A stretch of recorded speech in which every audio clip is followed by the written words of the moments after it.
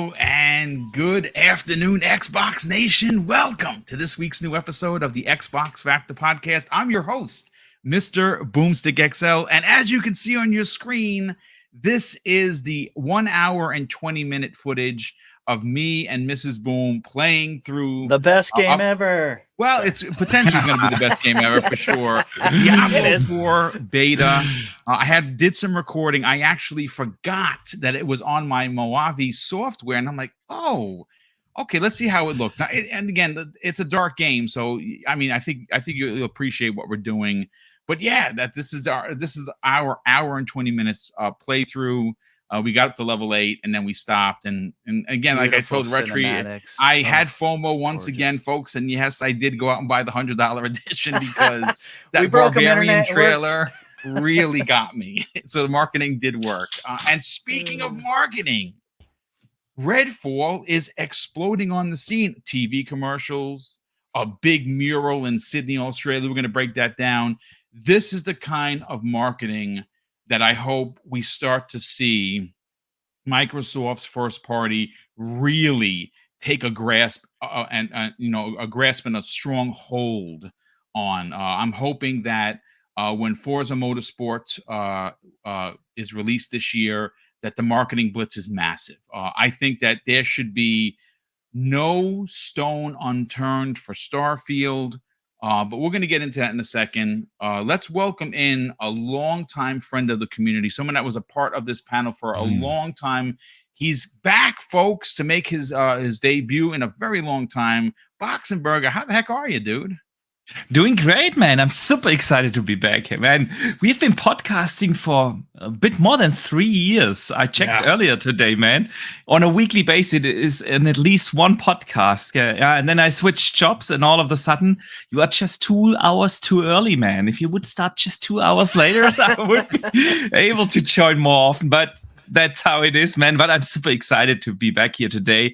It's always a blast to be on the panel, of course with you, with Retri, Danny, and Infinite. It's awesome to be back with the community here. So I can't wait for the show, man. And we have some fiery topics, so let's get going. Mm-hmm. Yeah. We actually have some breaking news that D-Bash has put out. We have some stuff that Post Up has put out. Sony, it might be in a bit of trouble, folks. The more the complaining it seemed that Jim Ryan and Sony Interactive Entertainment did to not only government, but of course, to regulators around the world regarding blocking the ABK deal, which is expected to pass for the CMA tomorrow when we wake up. Some more information has come out about very specific language in third-party contracts that literally restrict any and all access to Xbox Series S, X, and Xbox One. Again, shout out to D-Bash for putting that out there on his socials, and of course, Post Up constantly and consistently dropping information. Of course, I got to add to that our very good brother Hogue Law and FOSS Patents has been on the case. That dude, I don't know if he must be getting finger cramps because that guy's tweets are coming fast and furious. So we thank him for all of the hot information. But we have a lot to get into. Umbra, listen, you're a little under the weather, so we're gonna go to you first when we start the topics, just in case you got to go and catch some Z's. How are you feeling, man? Oh man, I'm a little down under the weather. Unfortunately, we got a cold front here in Chicago, which I appreciate. I like it cold personally, but yeah, me too. Yeah, it got me though, unfortunately. So I have a bit of a head cold right now. Oh man. Yeah, the voice ain't voicing the way I want it to right now, but yeah, the nose is stopped up and everything. So, but and I am tired, honestly, but I am here for you all. I want to talk these topics with you guys, and we haven't had Box with us in a minute, so I have to pep up a little bit to be here with you all. Well, we appreciate you being here and hanging out with us. That is for sure. Retri, you're going to be super busy in the coming days, weeks, months, because wow, Game Pass _daily is going to be dropping news pretty much every day as it does. But I mean, this week alone, and we have Jedi Survivor, we have Benedict Fox. Next week we have Redfall, and it's just going to be one megaton release after another. And of course, what's on your screen? Diablo 4 coming in June. Hopefully, the Xbox Game Pass. What's up, brother? How you feeling? Good. I also was not feeling very good last night, so I wasn't sure I'd make it today, but I'm feeling a little bit better. So I don't know. Umbra's giving me his germs, but his cooties. Yeah, his cooties. Ew. But yeah, I'm happy. We got what feels like Xbox has been kind of getting hit left and right with bad news, and I feel like we're turning the corner back into the it's ebb and flow. We're getting back into the good news section, and the CMA is about to drop the bomb on Sony, and there's going to be all kinds of tears on the internet, and I'm going to be drinking salty tears. I'm here for it. All kinds of salt is coming our way. I expect this to go through with flying colors, maybe some different concessions for cloud. We don't know, but I'm excited. It's going to be tomorrow morning. We should find out, hopefully, and we can hopefully move on with our lives, and I can get my Diablo into Game Pass. I'm kidding myself. I'm probably going to end up spending $70 on it, but I'm so excited for that game. And I'm excited to podcast with Box again, man. It's been a while, so been too long, man. Absolutely. Yeah. So I'm happy, and I'm ready to get into it. Boom, let's go. Yeah, and Daniel McGee, brother, welcome back. I wonder how salty you're potentially going to be today, because you always surprise. Baby. I got to be honest with you. I love it. I love the surprise attacks that you drop on the podcast. How you feeling, brother? Welcome. Pretty good. I've been absorbing the lost health from Retri and Umbra, so I'm actually stronger than usual. Succubus.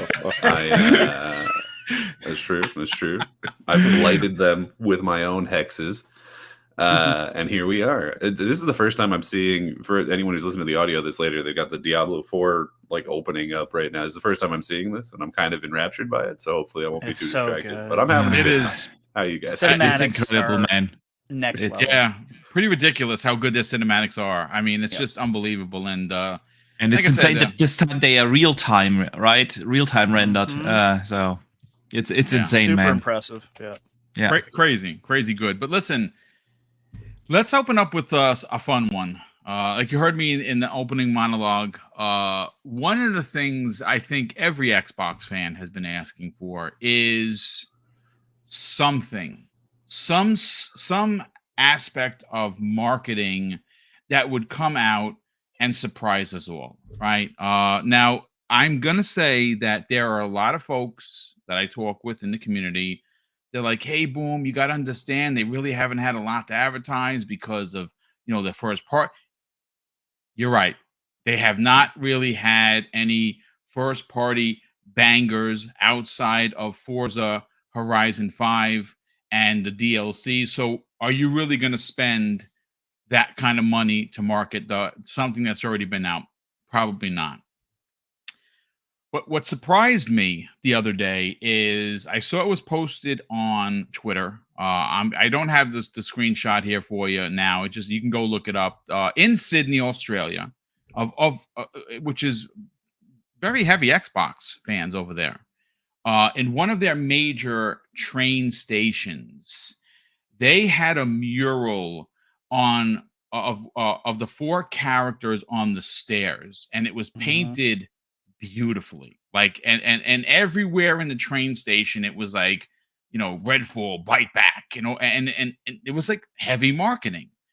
And I woke up this morning when I was checking the socials, and I saw that there was an actual commercial that Retri, you got a chance to take a look at. You didn't find, you didn't turn on your channel 2 and say, oh, look, there's Redfall. You had to look for it, but you said it was pretty dope. I got a chance only to see it from the angle that the guy from Twitter posted, which, listen, I'm like, hey, listen, it's a commercial. It's what we want Xbox to do. We want Xbox to compete, and this is how you compete. You take a big game.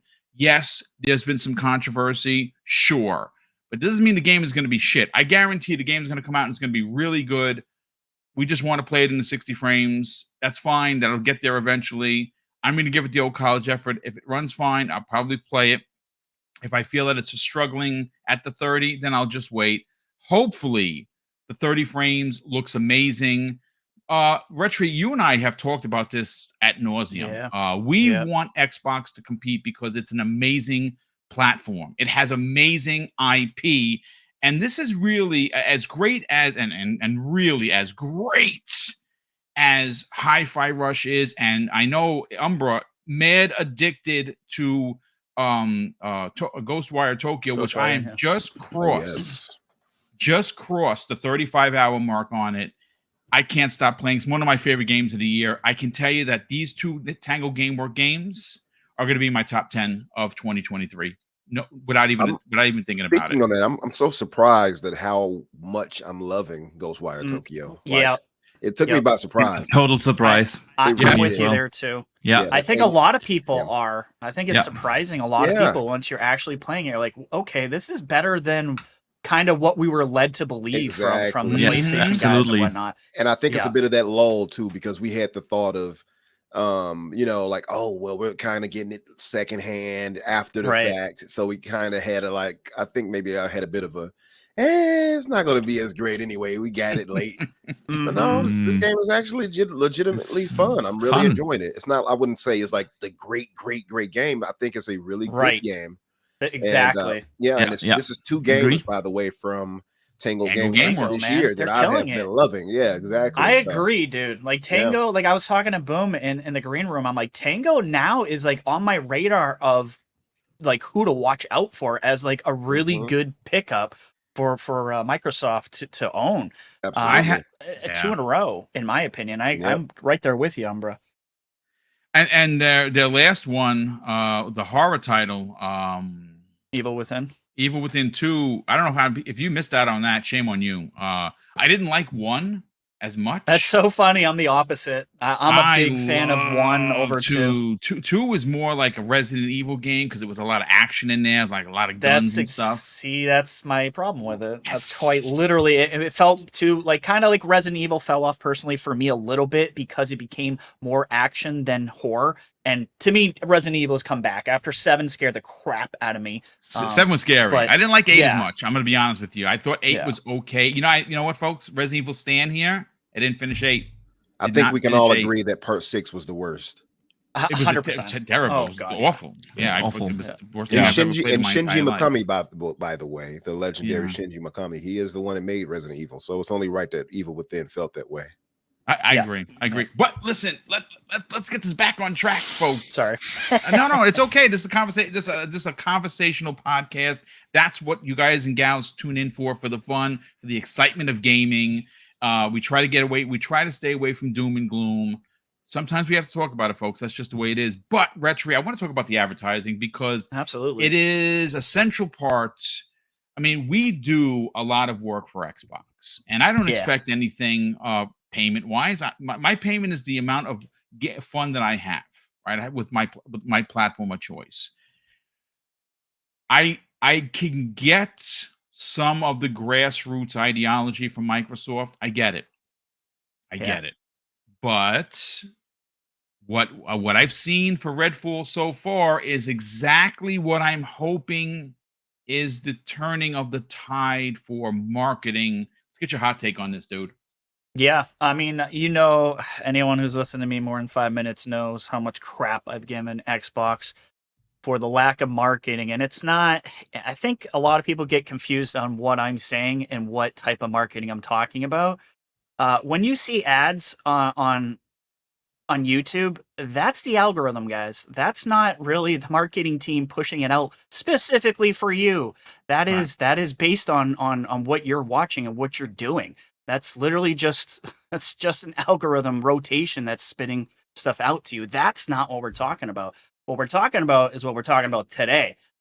This is viral marketing. This is the stuff that I see Sony do very, very well when they have the God of War axe in the middle of, a huge city or things with Aloy and whatnot.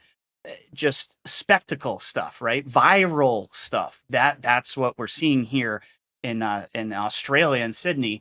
On the staircase in the subway. That's exactly what I'm looking for. When I say marketing, that's the big spectacle stuff that I want to see Microsoft do more of. And we're seeing it. Also, there's a bus in England that I'm seeing going around, advertising Starfield, big old double-decker green bus with a huge Starfield advertisement all over it. That's what I want to see. I don't know if you guys have seen that one too. And on top of that, we got this Redfall TV ad that is, from what I'm hearing, I don't know. I'm hearing it's airing in the United States as well. I actually have some breaking news on that. Hazardor Gaming, as he does, is out in front of the story. Hazardor, if you ever want a podcast, brother, and you listen to this show, hit me up in the DM. Let's get you on here. He says Xbox Redfall commercial in the US apparently has been shown on Cartoon Network and Adult Swim. Yeah, and he says that's what I was hearing. This is funny, Retchery. An Xbox game being marketed on TV. What alternate universe are He's not the only one I've heard say something just like that.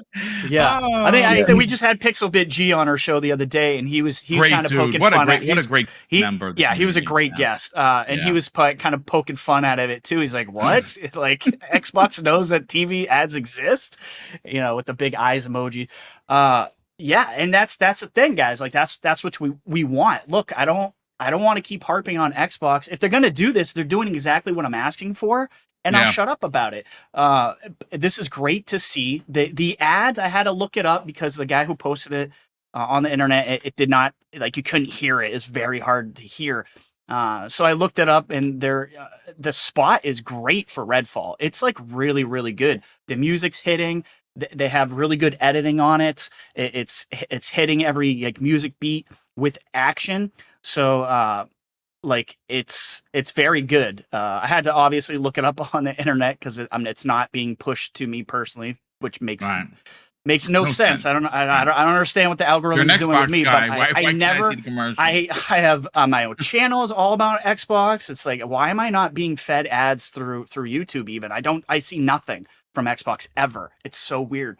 But this ad, if you guys get a chance to look it up, just like, you know, Google Redfall TV ad, and it'll probably bring you to a spot called iSpot.tv that just kind of shows everyone's ads and stuff like that. It's really good. So this is what I want Xbox to do. Aaron Greenberg, you know, I don't know if he's part of any of this stuff. He probably is. Like, good job. I'll give you credit where credit is due. Like, this is what we want to see, and we need to see these spectacles, in my opinion, in a lot more major cities throughout the world, not just the U.S. It's not about the U.S. I don't care. I'm happy to see Sydney getting these advertisements. I want to see things in London. I want to see things in different areas, because the problem isn't the United States. Xbox has got the United States on lockdown. They're doing fine. They're doing pretty good in the UK as well. It's the other countries that they need to start doing these viral marketing campaigns for. Maybe Japan. You know what I mean? No one knows you exist out there. Start these viral campaigns in different areas, and I'm liking the direction that Xbox is going in.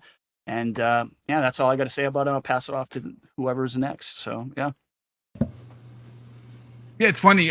Sin in the chat, he actually said something. He goes, "I told you last week that Redfall aired during the series finale of Snowfall." You know what, dude? I totally missed that. Yeah, I didn't see that either, Sin. Sorry about that. I don't know what Snowfall is. It's a show about drugs on FX. It's actually pretty good.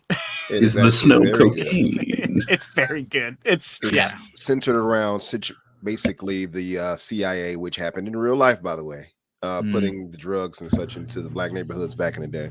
Yeah, it's a really good show. And the rumor is little side note. The rumor is the star that's in that show could be the new bad guy taking over from the Ant-Man. I can't remember his name. Thank you, Kang. Yeah. Possibly. He's a great actor. He's very good actor. I would still feel a bit salty if they got rid of you know. I'm kind of with you too, especially after I just watched the movie, because I actually liked it. I feel like I'm alone on that one. Mr. Boom But Jonathan Majors is a good actor. Sorry, go ahead. Your mic is a little loud. I'm sorry, I'm a little away from a little bit of feedback. Jonathan Majors. Stop yelling at us, Danny.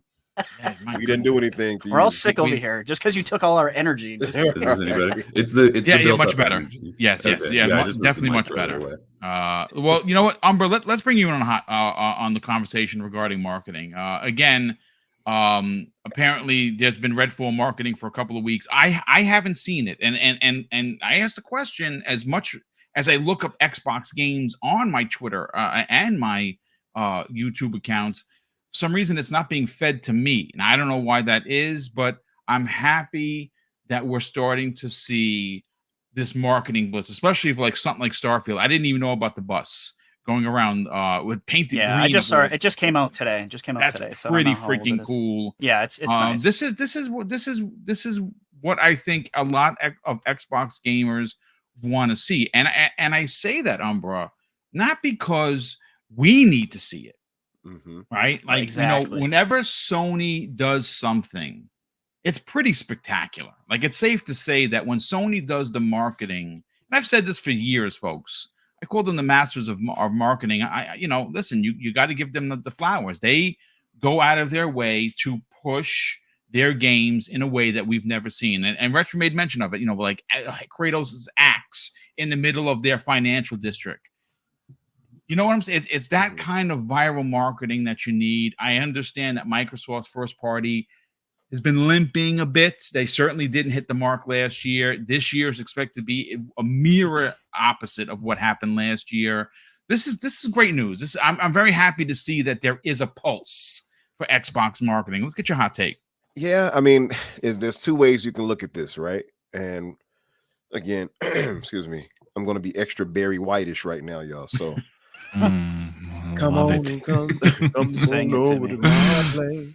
But anyway, the thing is, you could take away from this, to me, are two things. It's twofold. And one of them is, we can be kind of happy right now that Microsoft seemingly is doing this. But then I'm going to say this, much like the situation where we had the Bethesda developer direct, this is more on Bethesda than it is Microsoft. Okay, true. So I'm torn on giving Microsoft the credit here versus Bethesda the credit here. Hater. You're just a hater. So I need to see more from Microsoft before I start applauding them. This to me is a Bethesda thing. Okay, that's fair. That's fair. That's a fair assessment. And I'm happy that it's happening. Don't get me wrong. Yeah. I don't know why. Who's cutting the check though? Let's be real. At the end of the day, it's coming from Microsoft. It's got to get approved, right? Yeah, but that autonomous thing they have going with them, though, it leads me to believe this is more so, a Bethesda type situation. But I am happy to see it. It's something to see it in Australia of all places. I figured they would, kind of hit, like New York and Chicago, stuff like that. But I haven't seen it here in Chicago yet, I will say. And I'm near Charlotte, and we never see anything either. And that's kind of what I'm talking about. We need to see it in the big cities in the United States as well. Absolutely, like with the big cities. And I saw some for Sony titles when it happened, when those games were released. And so I need to see more of that here in these bigger cities. I would say that would really pull me into thinking like, okay, they're trying to right the ship here. And that's my thinking on it. Also, too, I want to see that when it's a direct Xbox the studio game itself, right? Like I expect obviously Starfield to have a large marketing push behind it, and that's going to be obviously Microsoft and Bethesda, though it might be more Bethesda handling that as well, with Microsoft just giving them the funding for the budget for it, right? But I expect to see a lot of that. I was hoping that we would see a custom console and such like that for it too, but I'm not sure we're going to get that. We've seen a controller, which has not been confirmed yet, but I do expect at least a controller. They'll give you a controller. That's one thing Microsoft will give you. You're going to get a controller. You're definitely going to get all the controllers all the time. If you ain't going to get anything else, if you ain't going to get an ad or anything else, you're going to get you a controller. Absolutely. No games to play, but you got this controller, don't you?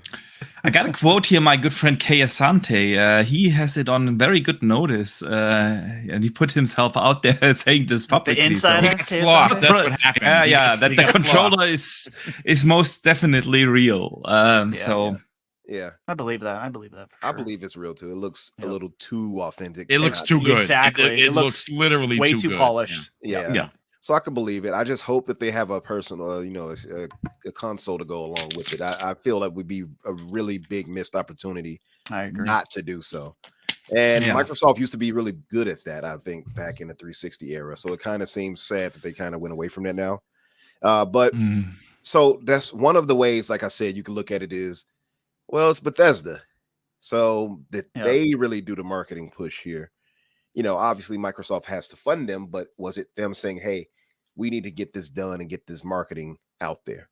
And Microsoft acquiescing, or and the other way would be, is it enough of a push, right?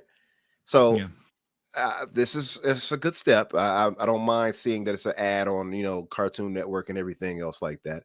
And of course, the ad and the subway, and I hear the bus like you all pointed out. I just want to know if we're going to get this continuously for first party games coming out this year and going forward. I hope so. That's the thing. Question mark. May I jump in here? Sure, jump in. Absolutely, Boxenberger. I'm sitting here itching already because I totally agree with that. Watching too much Snowfall. When you posted the topic earlier, oh no, we don't have snowfall here. We have springtime here. Yeah, I'm running. That's not the snow I was talking about. It's go on. No, we're getting off topic here. Jeez. Sorry, Box. Go ahead. Sorry. Good lord. That got dark quick, folks. That got dark quick. No. Good, my dear. Okay, so I'm fully with Umbra. When I saw this, I looked at this and I did not see Xbox on there as a logo. So they did not try to connect Redfall to Xbox. They have like this little logo underneath the Redfall launch date where it says Xbox Game Pass, Steam, and Epic Game Store. Yes, but it's really not. If you look at this, you see, okay, it's a Redfall ad, but it's not linked to Xbox itself.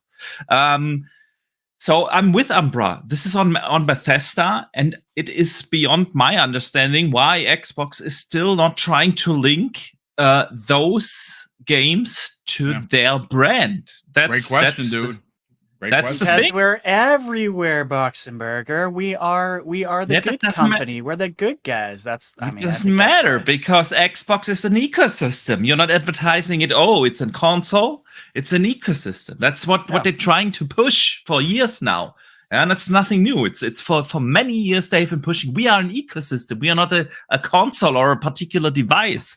We are an ecosystem, and they are not trying to link the Bethesda IPs and the Bethesda games to that brand, to the Xbox brand, to Game Pass, to something like that. And that's a missed opportunity. So I'm totally with Umbra. It's great to see that Bethesda at least does marketing, which Xbox does not, and we've been saying that for years now. Yeah. But is it really gonna help the platform, the brand, to grow if you do not connect that to the brand? That's what Xbox is missing. And still missing, and they're gonna. I don't disagree with you at all, Box. I'm actually agreeing with you. I'm just saying, like, from Xbox's side, like on one side, we always say they're trying to be everywhere, and that's kind of what they do too much to their detriment. I absolutely agree with you. They're pushing Steam and the Epic Game Store at the same time they're pushing themselves for this ad, and I agree with you. It should just be about Game Pass and Xbox themselves. Yeah. Do a little logo underneath Redfall only in the Xbox ecosystem or something like that. Yeah. I like that. That's the thing. Massive Xbox logo that pops up at the end of the TV spot. Exactly, because I've been saying this for years, Boom. You remember, prior to the pandemic, we've been talking about this on your podcast, Here in Europe, Germany in particular, we have a market share of 5-1 towards Sony. And that's because nobody knows what an Xbox is right here in Germany at the moment. And it has not changed over the last, 20 years or so, where they have Xbox available in Germany. And that is because they are non-existing. If you look around here, you see buses, so you see billboards, you see TV commercials, you see advertisements on the internet. It's not just about these classic, it's also advertisement on the internet. When Google knows that I like video games. They're constantly pushing me like Horizon Forbidden West DLC ads or PSVR ads or God of War ads and this and that. And I Google a lot more about Xbox than I do Google stuff about PlayStation. But they are not even having online ads. And that's why nobody knows what an Xbox is. It's just like that. Outside of the hardcore gaming community that actually go out there and inform themselves what other options than a PlayStation do I have. If you're not doing this active step, you're not knowing what Xbox is. And nothing. They have done nothing over the years to change that. Yeah. And now they have actually great games to advertise. Like a Redfall. You can advertise that and connect that to the brand. But they are not doing it. So it establishes a confidence too, Box, when you advertise these games, right? So they have to get on the ball with that. So this is good to see. I don't want anybody to get that we're being negative on it.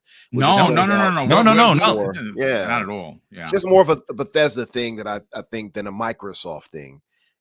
But Microsoft obviously are funding them, so people are like, well, how? But Microsoft is doing sure, but Bethesda are the ones that are saying, "Hey, let's put this here." Exactly. They operate in there as a separate entity umbrella. Exactly. That's why Pete Hines and Todd Howard are running the ship the way they want.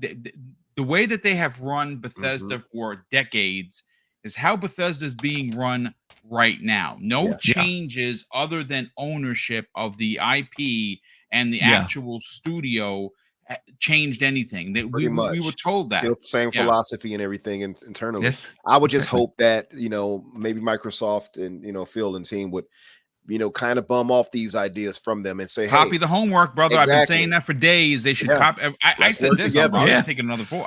This is what they should do.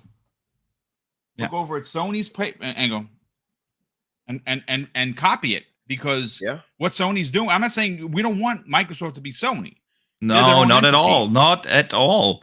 It's just it's such a missed opportunity. Why not? Advertising, exactly. Because they have a great platform, they have a great service, and they have cool games coming out with Redfall, Forza, Starfield in particular.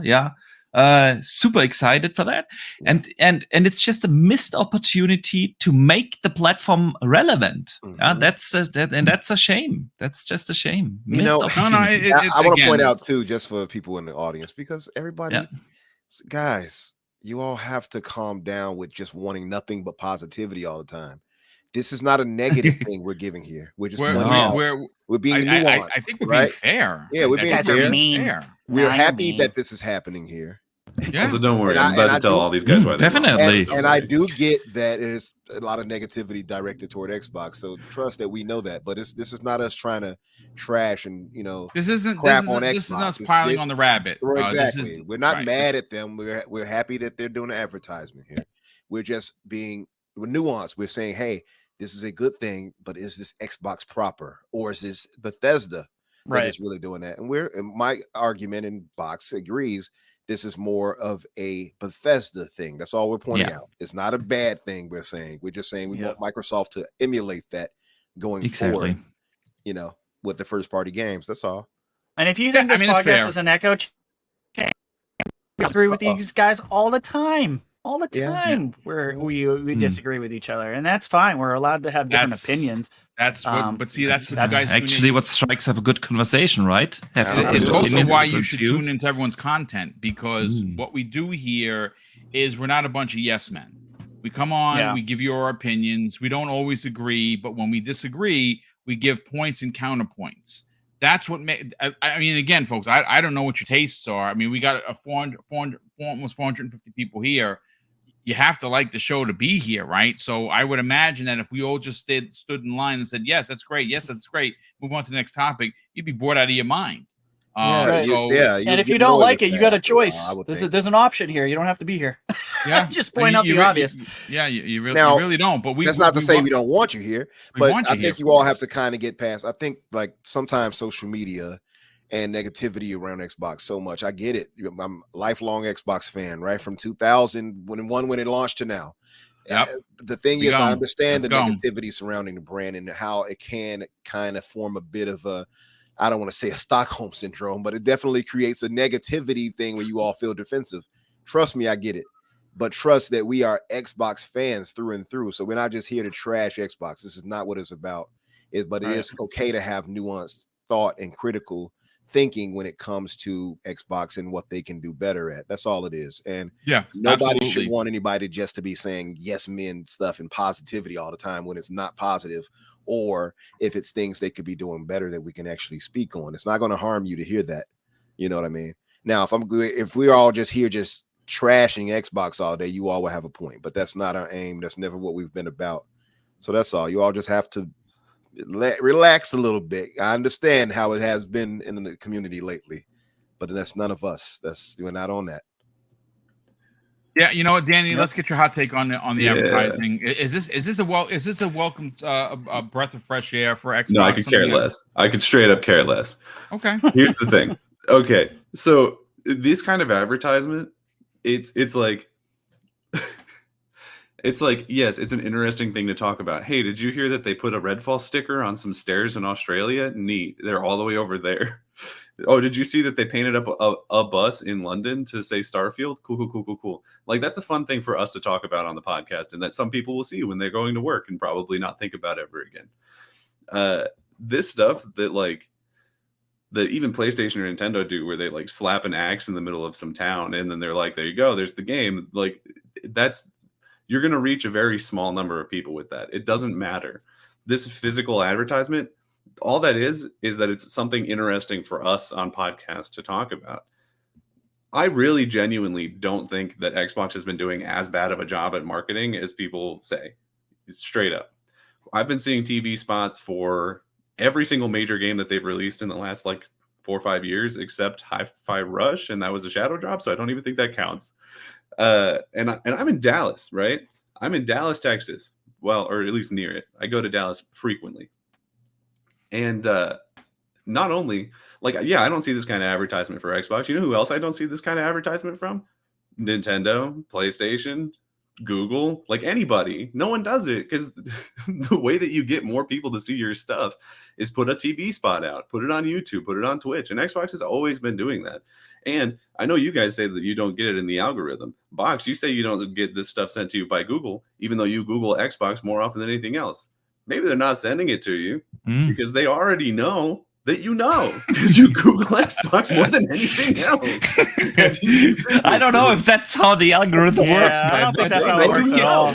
I'll literally buy a product and then I'll get advertised that exact product 5 seconds later. And to your point, Danny, I think a lot of other companies do it. If I go to a sport event, if I go to a soccer match here, I see everywhere PlayStation, and sometimes Nintendo doesn't do it that often, but definitely more than Xbox. But I see PlayStation brandings everywhere, in every stadium, in the buses or the train stations. And that's how you create brand awareness. That's why people know what a PlayStation is. That's the thing. That's how you create brand awareness around people who watch football. If you want to target people who are gamers and will buy your product, then you put out a viral marketing campaign on YouTube, on Twitter, on TV spots, whatever you do. You advertise on, like they said, Cartoon Network, Adult Swim, demographics that are known to be more video game heavy. Whereas you stick it on a logo on a football match, and you're getting, yes, some people who for sure play games, but also some British dad, some Australian mom who's not going to care. She's not going to know what that is. She's going to be like, oh, is PlayStation the new Nintendo? She doesn't care. It's like this advertisement is falling on deaf ears for at least 30%, 40% of the people who are looking at it. And probably another 20%, even if they do understand what it is, don't care.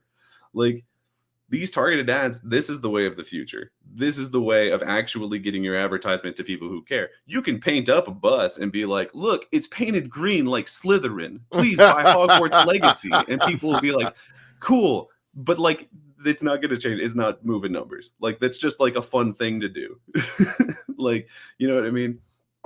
And we can talk about how I don't know if I agree with you that it won't move the needle. I'm in one of the biggest cities in America, and I have never once seen a PlayStation ad or Nintendo ad. I've never seen, the only ad I can remember seeing painted on the side of a bus or something was when Amazon was advertising for their Lord of the Rings show, and they painted up like half of their trucks to have the the Lord of the Rings characters on it. That's the only thing I can even remotely think of. Other than that, all the logos I see on like billboards or whatever is like, oh, that's for beer, that's for a car. It's the exact opposite. These very standard advertising sort of things. Tons of advertisement from Sony alone. Yeah, I see it all the time on buses here like crazy, dude. Yeah, I mean, that's the thing though too, right? Like people will be like, it's all nobody's wrong and nobody's right because Daniel's seeing it and the rest of us are not. So his world is different, right? So that's the thing. It's weird to me that the algorithm isn't feeding me this stuff. And I definitely do not agree with you. And you're saying that, well, that's because you're already getting it. That's not how it works whatsoever. If I buy a product off of Amazon right now, 5 minutes later, I'm going to get the ad for that exact product I just bought. It happens all the time to me. So I think I just want to see more viral stuff, and I kind of disagree with you, Daniel. I think it does move the needle. I think when you show MLB The Show ads at a baseball game, I think it kind of does matter when you show Madden, at and the stadiums and NFL. I think it does help. Personally, that's just my opinion. I could be totally wrong, and maybe if you're playing a baseball game ad at a baseball game, then those are the people who are going to be interested in that. If you're like, which they hey guys, have done, we by the way, released 20 cosplaying vampires in London by our game, then people are going to be like, I'm just trying to get to work, and this man is like trying to suck my fucking neck. Sorry, language. Like, I'm here to suck your blood. Yeah, and it's like this is not going to do anything. Like people are going to see it and they're going to be like, what's that thing? Is that Redfall? And like, yeah, some people might get like brought into it if they're like, I don't know, vampire cosplayers, or like they just really into Vampire the Masquerade, like the live, like the LARP thing. He's emo. Just ignore him, he'll go away. But like, it's weird. Like, I don't know. Like, I don't think anybody that anybody is like, what we need is for Starfield, they should land. They should build a real spaceship, and they should put it in the middle of Wrigley Field. Like, no, what? Yeah. For who? That's exactly what they should do. Do it. Who's they going to do other than spend tons of money to build a fake spaceship to stick in the middle of the field? You can make it out of plastic and PVC pipe, Daniel. Come on, it doesn't have to be real. Or you can edit a video. Don't listen to him. Don't listen to him. Don't listen to Daniel. That was a great idea by Daniel. He's crap on it, but it was a fantastic idea. Put in Times Square. I like that. I say build a spaceship. It's funny. He's I was literally thinking that today. My first thought was there needs to be a spaceship, and Daniel's poking fun at it. And that's exactly what I thought they should do. That's exactly what the Cubs need right there. Put that right in the center. I don't know what it is unless the thing is in my grocery store. I don't know who this Sportman is unless he's on my Cheerios. Like, no. right. You don't but watch I think sports. the Sportsman. The Sportsman. You don't watch sports too much. He said the Sportsman. We put a Sportman on my Cheerios, and now I know the Sportman. Wow. They call him Big Poppy. Like, it's nothing. It's nothing. People I can't. Again, this is folks. This is why we have Daniel on the panel, because he does these whiz bangers. See, it is not an echo chamber. This is a perfect example. Exactly. Look, the kind of advertisement you're talking about, I never see it, and I'm in DFW. Like, Dallas Fort Worth is I think quite possibly, like, maybe besides LA and New York, is like, I think the third biggest metroplex in America, right? Like, it's massive. Our airport is the size of some cities. Like, it's insane down here, and I never have ever seen like a billboard for a PlayStation game, a Zelda cosplayer handing out tissues, or whatever the hell it is you guys want to happen. Like, I've never seen any of this stuff, and I'm out all the time. Listen, look, at the end of the day, it's nice to know that these things are happening. I think that Microsoft, and obviously we saw that the ads that they did with Call of Duty and the London Tubes was really more of a CMA thing than it was a marketing thing, because they don't have Call of Duty right now. They will learn and obviously tomorrow on Primetime Gaming is going to be massive, folks. We're going to be covering all the happenings of the CMA at 7 p.m. Eastern Standard Time.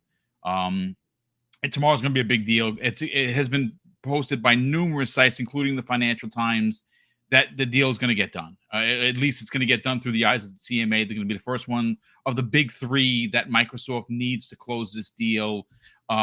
We know that the EU Commission pushed theirs back to the end of May. I have a strong suspicion that once the CMA comes out and gives their spiel, I have a feeling that the EU is going to maybe move it forward, because at that point, someone was waiting for someone to go first, and the CMA is the biggest one. And then once that's done, and hopefully it can get done sooner than later, we have on good authority, Microsoft said it, their lawyer said they will close over the FTC and force the FTC to either drop it or to do the injunction to take them to federal court, and then they're going to get laughed out of court, because obviously Lena Khan has no. The FTC doesn't have a case. They just don't. But what I want to do, folks, is I kind of want to do a share screen, because I want to show you what Post Up put yesterday. Sony is kind of in trouble, folks, and I don't necessarily mean like financially. They're doing great. Their February and March sales numbers are the most in PlayStation history. Like, they announced in February, it's the most the brand has ever sold at any one time. It's outpacing PlayStation 4 by leaps and bounds. And don't you know, March comes along and their 306% went up to 400%. And the top 5 games sold in the EU and the UK, guess what? All have PlayStation marketing. What a surprise. Like, really, what a surprise. But a lot of us here speculated for a while whether or not Jim Ryan going to all of the regulators, flying out to Brussels, flying out to the United States, getting all of these eyes on this deal, was that ultimately going to be a problem for SIE, Sony Interactive Entertainment, or specifically PlayStation? Good friend of the program, great friend of the community, panel member on RDX with Dealer and that amazing group of content creators, D-Batch, posted something that it basically confirmed, that we've always thought. There is literally writing in all of Sony's third-party deals or contracts that 1,000% exclude any kind of Xbox interaction by said publisher or developer. I guess that's the way you do business. I'm not a businessman, so I don't know, but it sounds a little anti-competitive to me. The market leader boxing out other competitors from competing. Well, it turns out that, and again, I said this, folks, I don't like government oversight. I'm not a government kind of a guy. I like doing my own thing and just staying within the law and being happy that no one's watching over my shoulder. Florian Muller, who's someone that you should really know, or you're not following, it's FOSS Patents on Twitter. You got to follow this dude. Like, he's legit. He really does have a keen eye for keeping us up to date what's going on with ABK, specifically with the lawyer aspect of what's happening with Sony. And he put out a tweet yesterday that I responded to, and my response to his post was that Sony did 2 things to the industry. One, they have now taken an industry that normally no one cared about, no one watched, no one, they just did their thing, and now governments and as well as regulators are now looking at gaming, and they're looking at it with a fine-tooth comb. That's ultimately going to be a problem. It's going to be changing. The gaming industry is going to change now, maybe for the better, maybe for the worse. The second part of my comment to him that he favored and retweeted was the fact that this Pandora's box that Sony opened up with the way that they do deals and how they were trying to say that Microsoft would do to them what they've already done to Microsoft might have caused some serious problems, some serious kickback. So I'm going to share my screen right now. Let me see. Let me do this. I don't normally do the share screen, but I want you guys and gals to check this out. and let me know what you think. I'm going to put it up. Let me press play. Indo-Pacific Let me know if you hear Economic Framework, this. as you know, Yep, we hear it. strong proponent of opening up markets for U.S. company from agriculture to high tech. I'd be interested in hearing more about how on this negotiating platform can be used to address trade barriers. One specific thing, even though we're a close partner with Japan and have great trade relationships, there's one sector where I feel like we are facing types of non-tariff trade barriers. For example, I'm told that Sony controls a monopoly of 98% of the high-end game market, yet Japan's government has allowed Sony to engage in blatant anti-competitive conduct through exclusive deals and payments to game publishers, establishing games that are among the most popular in Japan, not to distribute the games on other platforms. And so Japan's Federal Trade Commission has failed to investigate these exclusionary conducts. So what do you think we can do to more address these issues and create a level playing field with the IPEF on something as important as this issue? Senator Cantwell, the Indo-Pacific Economic Framework provides us with a lot of opportunities. And I think you're absolutely right that the economies that we are engaging with right now are all focused on expanding participation in their economies and looking at trade policies that also promote and support competition. So we have that particular outlook. We also have an ongoing digital negotiation as well. What you've described is something that I expect may very well come up in the intersection of those two perspectives, being pro-competition and also engaging on the digital economy. That is absolutely an area that we are primed to address.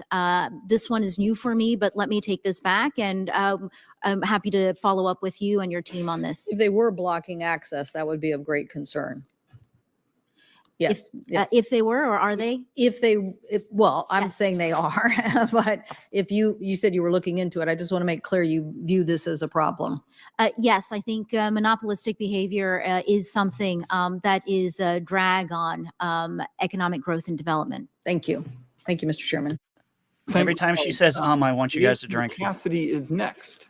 Yeah. So let me get back to the game. Let me You let me have just alcohol drop. poisoning if you. Oh my God. Yeah. Look, I'm going to say this, folks. Like I've said, that type of language is ultimately going to cost Sony big. They are the market leader. They are dominating. They have well over 70% of the world. And I'm not being facetious. They literally have 70% of the world. They're number 7 in brand recognition in the world. And I'm not saying they didn't earn it. They didn't get it. They didn't spend the money and just and give people big bags of money, and that's why they did that. Because that's not how the gaming industry works. They have incredible IP. They have a very excellent PlayStation console. They've released excellent consoles for decades. Their first-party output is incredibly special. You may not agree, and that's fine if you don't, but I'm not going to sit here and suggest that their games aren't incredible. I know there's a lot of chatter going on with the new DLC for Horizon Forbidden West. And folks, I mean, listen, maybe the subject matter isn't your bag, and that's fine. But listen, I mean, I haven't played it yet. I will admit that, but I've watched video of it. I see people keep posting on Twitter. My God, that game looks incredible. Like, my God, is that game stunning, right? So they got here, they got to the number 1 position, and they're retaining that number 1 position through a lot of things that they've done right. They're also doing a lot of stuff wrong. Retro, I want to go to you first on this. Again, this has made the rounds. Post Up is posting literally every day. Florian Muller's posting every day. Dustin Legary is doing one video. I feel like he's doing a video every 10 minutes. And Destin's, of course, exploded on the scene. And I love the work that he's doing and, keeping us informed. I mean, a lot of people are talking about Sony's, anti-competitive behavior. And now the government's talking about it, dude. Like, I think they might be in a pickle. Yeah, I mean, we kind of said F around and find out, right? And I think I think it's finally coming back on them.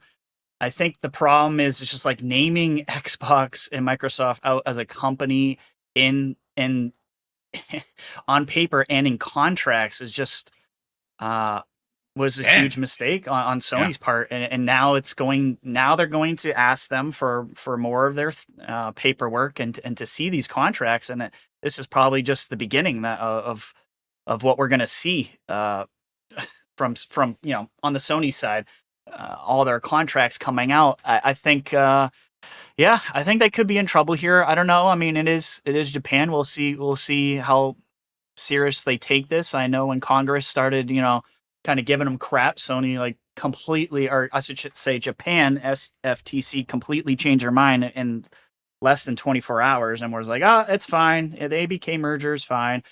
And now that all these trade talks are going on, this goes way beyond gaming. There's so many other industries and within trade that this is just the tip of the iceberg. So this is just one sector between the United States and Japan that we're looking at that's just completely lopsided. I know a lot of Sony guys and a lot of people out there are now, kind of bitching about the 98% to 2% and going, oh my God, I left out Nintendo. What's going on?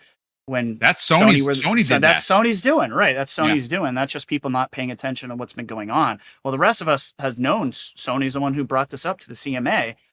They're the one who set that standard, right? You want to ignore Nintendo, fine. Let's ignore Nintendo. And now you're paying the price. Now your numbers it looks even worse for you if you're going to do this whole high-end gaming, console BS, which is we ridiculous. all know is BS, right? Thing I've ever heard. Yes. Yeah, I don't think anyone here agrees with that thought process. I mean, taking one of the biggest player in Japan out of the equation makes absolutely no sense. Never mind other territories. So taking Nintendo out just doesn't make any sense. But hey, that's where you went. So that's what we're fighting you with. And I don't blame Brad for and Microsoft for going that route whatsoever. You set the standard, fine. Here's the standard. Now it makes you look worse, Sony. So yeah, I mean, contracts are coming out. Things are getting revealed here. Sony's going to have to eat some of this stuff. And honestly, for me, I think, and for Xbox users, this is all great because this makes a possible Sega acquisition or Capcom, hopefully, in my opinion, hopefully Capcom, probably Sega, but hopefully Capcom, that much more easier to do, in my opinion. And for those that like to go with the whole, you can't get Japanese companies, that's absolute false. That's so false. It's not even funny. It's happened a bunch of times. Maybe not so much in the gaming market, but in other sectors of Japan. And we've had many instances of that. And guys like Post Up and other guys like that have showed us examples of other huge industries and companies that have been bought from U.S. companies buying Japan companies. So it happens, guys. It's not this thing that can't happen. So, and I think that's this is setting the. I think it's setting Microsoft up for an acquisition. It's just going to make it that much easier, and I hope it happens. So let's go. I absolutely agree. Yeah, listen, people asking what game this is. One of the best games you didn't play like last year, Evil West. Absolutely phenomenal. Highly recommended. Cool, really good. Like it is so much fun. It's like Gears of War with werewolves and vampires. Like I'm telling you. Right now, I'm going to find it. I'm going to drop a link in there. If you didn't buy this game, go buy this game. It is phenomenally good. I mean, you look at the screen, folks. This is running on the Series X. It incredible. Looks fantastic. I sucked a couple of times. I died.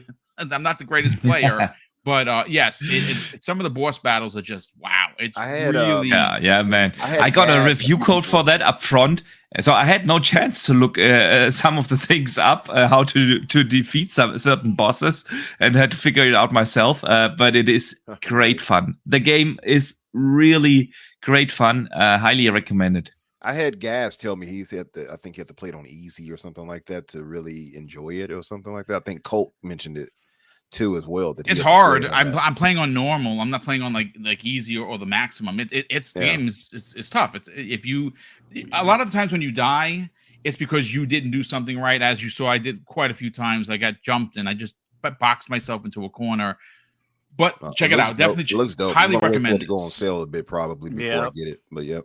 Yeah, I definitely say go check this out. But Boxenberger, we have, obviously we've been talking about the ABK deal since it was announced last January, right? So we've been talking about this for a while, but we have not really had a chance to talk to you specifically about the trouble that Sony might find themselves in. And obviously, this information, we've been talking about it for a while. Some people are going to do the big yawn, but again, some prominent people in the gaming industry in our community that we, podcast with or we watch their things are talking about this right now. Obviously, the big talk of the town is going to be tomorrow with the CMA, but Sony Boxenberger, I mean, I said this before and I'll say it again. They limped into these hearings with the eye patch and the head wrapped and the crutch, pretending to be the victim, when they are the devious of them all. What do you think? Do you think that they might find themselves being investigated for anti-competitive behavior, not just in the United States, but because again, it's crazy how the FTC literally used their wording for their lawsuit against Microsoft. That's why the Enacon and company are incompetent. But when you look at now the CMA and the EU Commission, be like, you know what? After being educated with the industry, you're right. Sony does have the lead, and we're going to take them off the board. And now I think that might be in a bit of some trouble. Oh, I agree, and I sure hope that all the regulators actually look into these anti-competitive methods that Sony is applying there. And see, that's sometimes what people forget when we criticize Xbox and want them to do better with things like marketing, like we discussed earlier, and other things we've spoken on this show and our other content we do. It's because we don't want Sony to run their business like they do right now. This is not good for us gamers. We want a strong competition. I also do not want Microsoft to become the super duper market leader that Sony is right now. I want a fair competition. I want an equal distribution of the shares of the market, because that's when we gamers benefit the most from. That's when these companies actually start fighting for our wallets. That's what Sony is not doing right now. Everything that Sony does right now feels like they're trying to rip you off, get even more of your money. The console price increase, the lackluster service, the game price increase. They were one of the first. They started this generation by increasing game prices. I do not want any company to have the audacity to do stuff like that. So when we want the Xbox to do better, it's not just because we want Xbox to do better, but because we do not want Sony to be able to have such anti-competitive market practices. And now, if we look at this specifically in with them not allowing or restricting certain publishers to work with Xbox, we've been speculating about this now for weeks. What's going on with Xbox and Square? And there has been speculation out there that might not even be on Square, that it might be on Xbox as a fundamental issue and stuff like that. But obviously, as it turns out, it's Sony trying to block Xbox and not allow Xbox to gain significant market share and play a more dominant role in the gaming business. And that's not good. That's not good at all. And I sure hope that all the regulators across the world, not just in the US, but in Europe, in the UK, and in Japan. I mean, that's where it all came from, where the US senator said, look at the Japanese market and what they do. That's not good for consumers. Yeah, that's how it all started. So yeah, that's really a good thing that now at least someone is paying attention to the business practices in the gaming industry, and I'm not surprised about that. That is what Sony did over the last 1.5 years. They played with the fire. They tried to burn the bridges in between Microsoft and Sony, and now we have learned about what they do. We have learned over this last 1.5 years so many things, because the good thing about this long ABK discussion is, that we got a peek behind the curtain. Whenever in the history of gaming have we learned about so many things that are in contracts, that are partnerships, about strategic plans, about all these kind of things, and that's really the good thing about this long conversation, and it's what I personally am gonna miss about this entire thing. Although I'm really happy when it's over, but we are not getting these behind the scenes insights anymore, and now Sony has woken up the devil. That's what's happened. What's happening when you go out and make false claims to regulators and the government, and doesn't matter whether it's the US government, the UK, or Europe. That's what happens if you make these kind of statements and business moves that Sony did over the last years. So yeah, man, I sure hope that the FTC or whatever regulator has to look into that in the US. And I sure hope that Europe and UK are gonna follow, because and that's the last thing. Then I hand it over to the next. I feel like the FTC sees that they're going to try to sweep it under the rug. Oh, nobody needs to know about that. Well, I mean, it's going to be it. I will say this, Umbra. That's a great point. I want to go to you next. That's an interesting point. Before I get to you, though, these super chats have been unbelievably piling up, man. Quick. So let me read them out, and then we'll get to you, Umbra, in a hot second. No, first of all, thanks, Retry, for dropping them in the private chat. Otherwise, no I would have missed them. I super appreciate that. The first one of the day comes to our very good friend Drawn TJ, who drops a $5 super chat and says Sega next, which I agree, and then WB Discovery. No more publishers after that. The WB thing, dude. I like. Wait. Did TJ give up on Capcom? I don't know. He says the publisher. What happened to buy everybody, TJ? Buy everyone, TJ. That's the TJ I want in the chat. He's buy everyone, moderate. damn it. Wow. Oh man. So no. Obviously, listen. The more Microsoft acquires, folks, is better for us as gamers, because your membership of $15, which it seems like it's going to stay like that for a minute, is going to increase with games. Like I said, once the deal is officially done and it's officially closed worldwide, and Activision Blizzard King are part of Microsoft and Xbox, you are going to be inundated with games on top of games on top of games. You might wake up one morning, folks, and find that 200 games have been added to Game Pass because of ABK, and you're like, I don't even know what to do with myself. I will say this: if Singularity becomes backwards compatible, make sure you play that game. I want a sequel. I'll tell you that right now. But Brett Bingham drops a very generous $5 super chat and says, I would like for Microsoft Xbox to be petty. They should spam Xbox commercials during the next PlayStation Fiesta Bowl. That would be hilarious if they did that. Gamers Play HUD Zero, who's been a channel member for over 18 months. Thanks so much for the generosity. He says, yes, Boom and Panel, Xbox has awoken. They realize that the almost non-existent strategy was not working. Aaron listened and is going to kick ass. Well, he says but I say ass. There you go. Brett Bingham drops an additional very generous $5 super chat and says, I want a giant statue of the Arbiter in Japan. F the Gundam 65-foot tall model. Why we gotta get rid of the Gundam? I love Gundam, to be honest with you. For me personally, I'd rather that be like Optimus Prime, because I'm an OG, Generation 1 Transformers fan. But I can see the Arbiter there. Why not? Why not? That's awesome. Let's see. Gamers Play HUD Zero drops a very generous $2 super chat and says, all we need is only on Xbox and then we're okay. I loved it. Remember the yellow writing that used to be in the corner stamped on like it was spray painted? That was pretty cool. Yeah, that's OG Xbox stuff. I like that.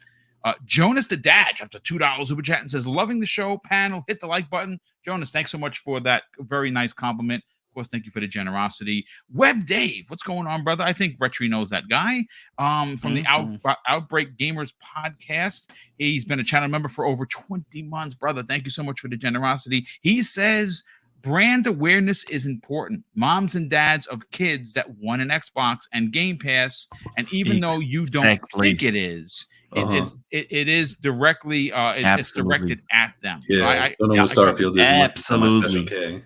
Yeah. I mean, listen, I still, even though Daniel might have points to his his rhetoric, if you will, I do think that you just can't not, you can't. I put it to this way: Uh-huh. what Microsoft and Xbox were doing was not working, so maybe they need to play the game a little bit more intense when it comes to marketing, and it looks like they're doing that, and I'm definitely okay with that. Gamer, let's see, we got Gamers Play Hard Zero drops an additional $2 super chat and says advertising is detrimental to a marketing strategy. Maybe I'm sure that means something, but I yes, couldn't. I think what he translate meant. that. I think what he really means is that it is important to the strategy of marketing, which I absolutely agree. Brett Bingham drops an additional $5 super chat and says SIE didn't learn from history. What happens when you awaken a sleeping giant? Microsoft is going to destroy them like Surtur did Hela in Thor Ragnarok. I mean, did Hela really die though? I mean, did she really? We haven't seen her anymore. There's a We haven't comic. seen We her haven't anymore. seen her. I have a feeling she's going to come back at least. In The old sequels, for classic sure. is if you don't see them die, then they're They're alive. dead. Yeah, that's Umber, comic books for you. Umber, you've been pretty vocal, not only on this show, on social media, as well as, of course, the show you're on Friday. And I would imagine that this conversation is going to continue with Daniel this Thursday on the new episode of The Fix at, I believe, 7 p.m. I mean, do you think that Sony might be in trouble here? Yeah, I mean, to some degree, right? I think that the more now has been exposed, now the more, and now that people are actually being held to account, because you see Mrs. there, no relation to Umbra. I mean, the way she was held to account, she basically said a bunch of nothing. She couldn't. I don't think she was ready for that. Yeah, I don't think she was ready to be put on the spot like that, and to be like, hey, so why is it that Sony's allowed to do this? What have you all been doing out there, with holding them to account? Well, when you do that many times, like it's like having a kid you talk to. Who did that? It's like your brain's trying to catch up with what to say. And what excuse you can come up with. So you Right. can tell she was full of excuses right there, and she did it in the most professional way I guess she could. The thing is, though, Sony, they've been exposed here, and seeing that article and reading that, it really pulls like a bit of disgust in your mouth, honestly, because Microsoft is held to this kind of standard of, oh, you can't do that. This is anti-competitive. We've seen a lot of our Hood brothers, and this is monopoly this, monopoly that. It's not organic. All of this nonsense. And come to find out, the only thing that's organic about what Sony is doing is because of it being horse manure that they're using. That's what it is. It's a bunch of BS. So the thing is, I find it annoying to read it because you see blatantly, like we always ask, what is Square? What in the world is Square doing? Why would you put this on there but not that? Right? Like we see this when they brought the Final Fantasy retrograde, right? Was it retrograde? What's the name of the one? The prequel to Intergrade. There we go. Mm-hmm. We see that brought out before. It's the prequel to Final Fantasy VII Remake. Yeah. Mm-hmm. And we're wondering, okay, so that's coming. That's here. Where's Final Fantasy VII Remake? Yeah. No plans for that. Not likely, never going to happen. And then, so we're always questioning, what is Square? Like, are they trying to shoot themselves in the foot? And then things don't sell. Well, see, that's why they don't bring games there. No, you're not giving us what we want. So we always wonder, why is Square doing this? Why did Capcom not bring, the Mega Man Network game over? Why did Square not bring over the Pixel remaster? We just talked about this last week on The Fix, right? And now this becomes more relevant now, Danny, as you can see. And I'm glad I fought for that being the lead topic, by the way. Just want to point that out. But I just want to point out, like, now we see this in Crisis Core is the game. Thank you, Big Mambo. And so now we see this, and it's like, now we get it. it's because Sony has it in place. And like we saw a bit of that. We understood of like them blocking things from going to Game Pass. That makes some sense. But now we're seeing things where they're flat out telling them, hey, you can't work with Microsoft. How is that not anti-competitive? All right. You know, how is that not anti-competitive, but saying that Microsoft buying ABK is? That doesn't add up.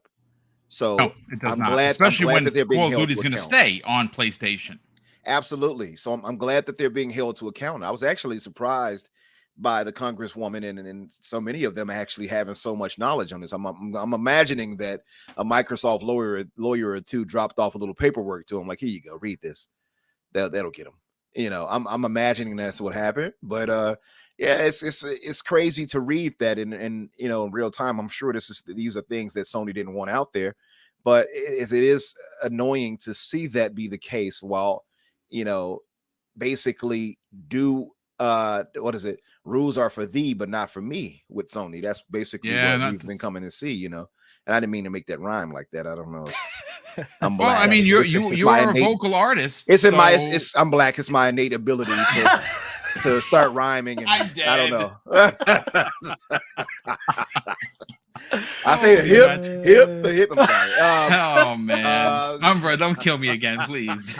Don't kill me again. No, but it is something. It's like I said, rules are for thee, but not for me. And to see that like that, it's really kind of a slap to the face after you've heard so much nonsense about anti-competitive and monopolies when it concerned Microsoft. It's all a bunch of nonsense now. And nothing they say will change my mind. I was already against our Hooves brothers when they said it, but now I'm staunchly like, nope, you won't ever change my mind now. After seeing something like this, you know, it's really crazy to see. I mean, again, it's folks have been doing it for decades, right? Like we know that they went out. One of the most infamous things that Sony did. And one of the reasons why PlayStation had Tomb Raider, they literally in the contract getting the original Tomb Raider, like, no, Tomb Raider is only going to be on PlayStation. That's why it was being developed for multiple platforms. And Sony was like, no, PlayStation. You know, I'm not sure where it eventually went. It was pulled off of. I think it might have been a Saturn version. You know, no big loss there because Saturn was, you know, not that great of a console for those types of games. Manic 730 in chat. Now I don't know if he's being facetious. Shout out to you, brothers. Thanks for joining us and dropping your opinion. He says Sony's in big trouble. PlayStation is doomed. I mean, I don't know if you're being facetious. I don't think they're doomed. They are the number one brand. They're the number 7 brand in the world. They're doing great. They just posted some of the biggest numbers in PlayStation history for March. They're not going anywhere. Hell, I don't even think that even after a year, maybe even 2, does the tide change for market share unless Microsoft's first party starts really, really hitting, right? And it's going to take eyes off of Sony. Now, again, Sony is going to have an amazing whatever the non-E3 show that they're going to do potentially with Jeff, right? We know Jeff is going to pull out all the stops for his boys over at Sony, and the rumor is it's going to be on the 8th, which is before the Microsoft show. It's, you know, they haven't had a show in 2 years, so I would imagine it's going to be the Year of Dreams Part 2. So I don't think that they're doomed. And again, I don't know if you're being facetious or not. No one's suggesting that. But here's the thing: Jim Ryan, Retri, went out of his way to go and put Microsoft on blast for this being anti-competitive. If they take Call of Duty, we're doomed. He said that. We'll never recover, Retri. He actually said that. So again, just like Jim Ryan told you, PlayStation folks, you're not enough. He said that we're doomed if Call of Duty, if Microsoft owns Activision Blizzard King, which is ridiculous, considering that they have 70% of the market. There is a world, Retri, and this is where the salty Retri is going to come out, and this is what we're here for. You put your own self on the chopping block by going to these regulators. If they would have just been like, yeah, we're going to sign the deal, we'll sign a 10-year contract, the job be done, deal's done. No, they alerted everybody, every government, every regulator board in the world to how this was terrible for gaming and terrible for PlayStation. And when they were asked, Retri, well, how is it going to be bad for you? Then they had to show their books. And now we're getting all of this in between minutia that we never knew about. I mean, we thought that they had some sort of deals in place and some anti-Xbox contracts, but now it's confirmed. I think they're effed, in my opinion. Yeah, I think like when we say, we're not saying like Sony's going out of business. That's not like doom and gloom like that. That's not what we're saying. We're just saying like the magnifying glass is now on Sony and their practices and how that can affect them and their pockets financially going forward for many, many, many years to come. You know what I mean? Yeah. Like I was saying earlier, like the contracts, now we're going to see all their contracts are going to become public knowledge. And you're just going to see the pattern that has been going on with Sony for years. And that's just going to, it's going to hurt them financially, because if Congress and, fair trade and whatnot, if all these regulators step in and say, stop doing these sorts of blatant, antitrust type of things, and just things that they're doing that is just like, you can't even be on Xbox's ecosystem whatsoever, is very messed up. If they stop them from doing that, then yeah, it's gonna hurt Sony a little bit, which is a good thing, because that's what we want, right? We want competition. Sony's been kicking Xbox's butt forever, and we need things to even out a little bit, specifically in Japan, even in Europe. So I would, I'm glad that the light's being shown. I hate how it happened. I don't think any of us wanted the government to get involved, but unfortunately, This is kind of like one of those necessary evils. It is what it is. So Sony, when we say they're in trouble, we just mean with the practices that they're doing. They're not financially in trouble. They're not going anywhere. And I don't care how many publishers Microsoft buys. Sony will be fine. They know what they're doing. So the only part of Sony that's in danger is Sony Pictures. Right. Touche, Daniel. That's you're not wrong on that front. Yeah, Sony Pictures isn't a completely different scenario here. But I made a post. Obviously, CinemaCon is going on, which I would imagine Umbra and Dan, you're going to talk about maybe tomorrow. Some Spider-Man. Well, hold on a sec. Thursday. Yeah. Let me just take that back. Because there's no Spider-Man in Kraven the Hunter, but there is the Rhino, and the wording, he transforms into a rhino, and that Kraven bites someone's face off, which is why it's rated R, made me say, this is Morbius times sucks times 1,000. I didn't even finish Morbius. Dude, it's awful. Real quick, I don't mean to get off a tangent here. We have a monster super chat I want to get to in a second, but everyone's asking about the Asus, or the Asus, I believe it is. The handheld. Is it Asus or Asus? It's Asus. That's okay. It's Asus. Is it Asus? Okay, I've been saying it wrong for a very long time. This is not the Jesus handheld, okay? So it's not Asus, okay? It's not the Jesus handheld. Hey, Zeus, what you need, man? Yeah, I love that. And that's good stuff. That's good. That's from is that Samuel Jackson that you're talking about? Because that's from exactly Die Hard. What it was. Yep. Yeah, that's exactly what it was from. Okami Games, who I got to get the guy on the show. He's exploded on the scene. I love the guy. He's constantly out there putting stuff out. He put out apparently it was said by Asus that the console that they're making is 50% faster than a Steam Deck at the same power draw at 15 watts, 2 times faster at full power at 30 watts, up to 8 times faster than Nintendo Switch. It has 1080p at 120 frames on an OLED screen, running AMD's new Z1 and Z1 Extreme chips, 8 teraflops max. This comes the way of The Verge, and they have quoted, folks, get ready, it's under $1,000, which means it's going to be $999. Exactly. Yeah, it it is. It absolutely is. And Jacob Novick actually did me a solid and dropped this in. Jay Wood also put something out.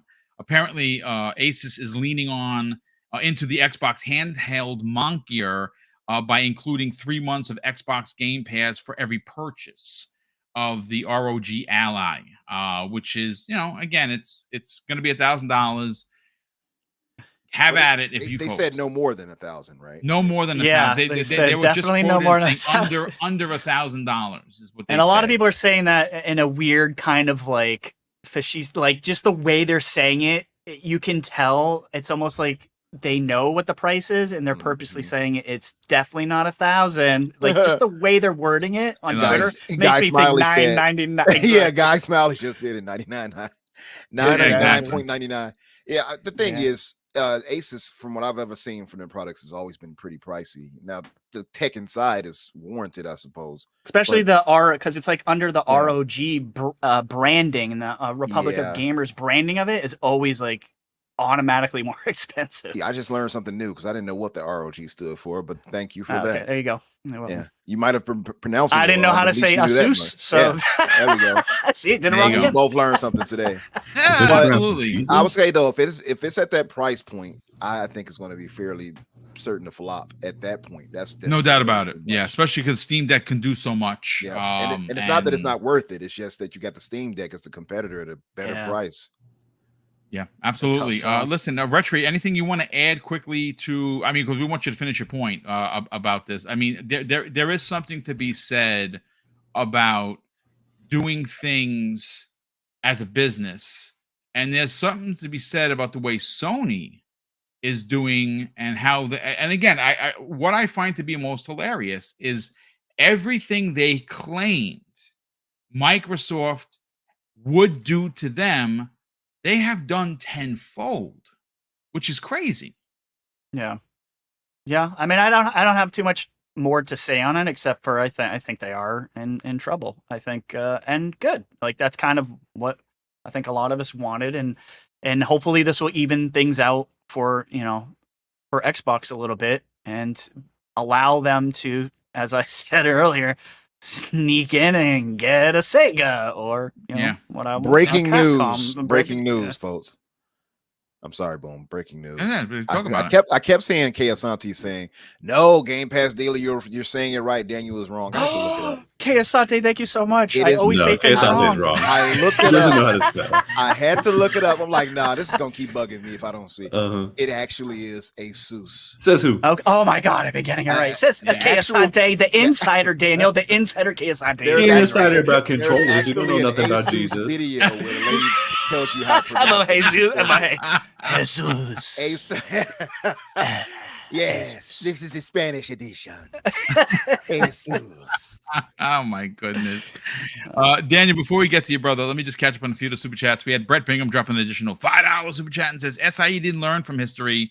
What happens when you awaken a sleeping giant? Microsoft is going to destroy them. Oh, okay, I read that like Serter did to Hella. Game Pass, Gamers Play HUD 0 drops an additional $2 super chat and says, boom, the autocorrect, I hate it. Don't worry about it, brother. My talk to text screws me all the time. Sony Nakamura, wow, thanks so much for joining us and dropping a $30 super chat. It says, what happens if Sony says bucket and never signs and prevents Call of Duty to be on PlayStation out of spite? No fanboy stuff here. Just what does Microsoft actually do losing that much money? It's not, they're not going to not put it on there. Now, if Sony, hold on a sec, folks, if it's this deal goes through and Sony comes out and says, no, we are blocking Call of Duty on your platform, I'm going to tell you right now, first of all, that's probably the dumbest thing I would ever see Sony do out of spite. But the thing is this, if they were so arrogant as to do something as heinous as that, what they're telling their consumers, as they've told us before, is this: F you, because we didn't get our way, we're not going to release Call of Duty on PlayStation. You know what that's going to do? That's going to move millions of people over to Xbox because of Sony's arrogant and ridiculous behavior. So I don't. That's a good point, think- Boom. I wonder though, are they even legally allowed to do such a move like that? Can they just say we're not going to allow it on the platform then without? They did that to Cyberpunk, right? That's They what I'm pulled it from the I mean, store. it's their Well, platform. well, if Cyberpunk they was wanna because not it compete. was faulty, right? So Right, I'm wondering, right, can they do that to an able brand that is working and Microsoft is willing to put it on their platform? Can they just say we refuse to do this because we don't like that you own it now? I'm wondering if legally they can. I think do they would that. they'd get sued into the ground, because That's what I'm if they were thinking. already working on the game, they'd get sued to the ground. But I mean, we're talking about something that's just so crazy, would never happen in a million years. It's very outlandish, too, but I would you know what love I mean? to see it happen just to see what would happen. You know what I mean? Also, it would hurt them more than it would hurt Microsoft. Right, It's not gonna hurt right. Microsoft. Yeah, the point being is that Oh, Sony's all about money first, and that's why that probably would never happen. But Jim Ryan I mean, was already talking about how they would, we can't make it without you. Like, what would happen to them actually saying like that, and then, well, we're not going to put it on our platform. Like, that doesn't correlate. So yeah, I it would be just don't see crazy. that happening. It would be outrageous if they did that. But Daniel, let's get your hot take on this, brother. I mean, like, again, we're just spitball here, folks. We don't know. I think it's safe to say being reasonable, right? Not bots or ponies, because we don't like that kind of talk here. Just being gamers, just seeing the way Sony has exposed themselves. Pause. What are your thoughts on this, Daniel? Like, I mean, do you think there will ultimately be some sort of ramifications for Sony or PlayStation as a brand? Not so much Sony, but as a brand with the way that they do business. I mean, yes and no. Really, so my biggest takeaway is that you don't use dark mode for Twitter. That was the biggest thing I took away from that clip you put up. Wow. And you were blinded. No, by I don't the like. light. I don't like. burning. There should be a I love don't like dark the mode. dark mode at all. Were I've you tried blinded it. by its majesty? But no, they just do all this nonsense correct me if I'm wrong, the high what is it, high quality console market or whatever. Yes. That was Sony who defined that, right? They were like, oh no, we'll have a better argument against Xbox if we don't include the biggest guy in the room with the smallest console. They got millions, hundreds of millions of abacuses out there, and we're going to just remove them from the conversation. And I think right now over at Sony headquarters, whoever's idea that was is probably more at risk of losing their job than Rubicon. I agree. Because God, what a stupid move. Like, hey, we've decided that we're going to define a console market in which we own 98% of Japan. And it's like, yeah, of course that's going to come back and bite you. It's not going to, I don't think it's going to be a situation where like this deal ends and then Congress or whatever is like, we should get in there and trust bust up Sony and like make them do XYZ. Like, I don't think that's going to happen. But it's going to it's going to do two things. It's going to make whatever Xbox or Microsoft want to do next that much easier, because now these people who are in Congress or in Senate or in the FTC and don't really understand the gaming market, although they had some really good questions, so maybe they understand it more than I think, but still, even though they seem to understand a little bit, they're still, talking about the high-end console market. And that implies to me that going forward, it's going to be like, whenever Xbox is trying to make a next deal, it's going to be that much easier for them. And whenever PlayStation tries to make a big deal, which they will eventually, theoretically, it's going to be that much harder for them. Now, maybe Sony doesn't care about that in particular, because I don't think they really have the funding to make a deal that the FTC would probably be too upset about, or any of the trade commissions be too upset about. Like Firewalk, that when they bought that last week or something, that went through, I imagine, pretty fast, because it's like, that's a small studio. I think they have like 150 people that work. This is a studio that has not put out a game yet, and the only thing that they were working on was already going to be exclusive to PlayStation anyway. So it's like, yeah, whatever. It's sort of a net zero transaction, and it makes sense for PlayStation to make that purchase, of course, because they're trying to build up their multiplayer. But it's neither here nor there. So yeah, it's this really stupid situation where PlayStation has basically created the best argument against them. Is they've been out here saying how, oh, we can't compete if we don't have Call of Duty. We can't compete if we don't have this. We're doomed. We're going under. Oh no. And then at the same time, they're like, but we do own 98% of Japan. And it's like, you can't have both. You can't have both. And so all of these people who are in the Senate are reading through it, and they're seeing how like none of that makes sense. And they're like, yeah, no problem. This is going to go through. And I think really, like, we would have. So a lot of the same things that have been happening with the ABK deal, like the people moving to block and the things going to phase 2 and all of this like legal stuff going back and forth, we're hearing about it a lot more this time, like us specifically, because it's about a video game thing. But these things are not unusual. Like when Disney bought Fox, it went through, and from our perspective, it went through probably faster and easier than this did. But when you really look at it, they had a lot of these same things. Now, they didn't have Jim Ryan flying around telling people that they were doomed. They didn't have some guy from, I don't know, Universal being like, we'll never survive if they get Fox. So I guess they had that to their benefit. But I mean, Disney, when they were going through their Fox acquisition, they were concerned enough about it that they actually sent documentation to the people who owned stock in Disney to like explain what they were planning on doing with it and like how they had to spin off certain parts of it and like all this stuff, right? And I have that documentation because my dad owns stock and he's like, I don't know what this is. He just gave it to me, so it's sitting over there.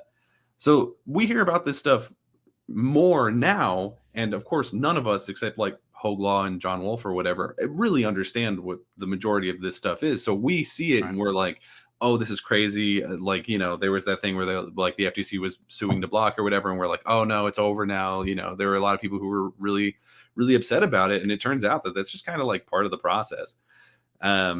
So it's an interesting situation where they're not dooming themselves or anything. Like we talked about, like PlayStation's going to be perfectly fine. Unless they, for some reason, did do something as stupid as just blocking Call of Duty from their platform, because that's going to send tons of people over to Xbox. Like, that's just literally saying buy an Xbox. But they would never do that, theoretically.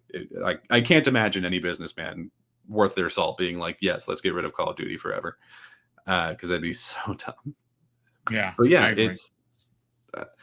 I think it's really interesting. I think honestly, one of my biggest surprises is that the people who were asking the question seem to really understand like at least some aspects of it. Like they were still referring to the high-end console market, which is not a thing, but the questions that they were asking were very pointed. And I think that the woman in the clip was not expecting questions that were that direct and that like educated, because most of the time when we see these sort of things happening in front of the house or whatever, a lot of the time people are like, does your device connect to my Wi-Fi? Can it hack all of my things? And like they just don't understand. They're like, the internet is a series of tubes, and it's like, what are you talking about? Like, okay, so let's start from the beginning. So electricity is, and like, it's rough. So I think honestly, she was probably just surprised that she was getting questions that were actually relevant. The same thing with the subcommittee too, Daniel, on your point. Like I was shocked. A lot of people were shocked when they were making good points. Usually you listen to the Congress and you're rolling your heads and going, you don't understand this industry whatsoever. And when they were all going after Khan, I was like, holy crap. I think someone, sat all these Republicans down and gave them a tutorial on what to say, because everything they were saying was like kind of spot on. Didn't I say it? Now, we saw the situation with the CMA way back when we were like, did Sony pass them their paperwork and say, hey, read this? Exactly. Now I'm thinking now Microsoft, it feels... they get into it like, here you go, Congresswoman, people, here, read this. It was a little way too much. Here you go, sportsman. It was right here. You go, sportsman. Out of your pipe and smoking, sportsman. Oh man, but no, at the end of the day, I think that this is like, this week we're supposed to be getting final judgment from a couple of these jurisdictions, I guess, and I think that we're going to see a lot of them being pretty positive towards the completion of this deal. I think that they've sort of, I've kind of been saying it since the beginning, even though I didn't really understand the whole process, because genuinely, I don't think anyone who's not a lawyer would understand all of this.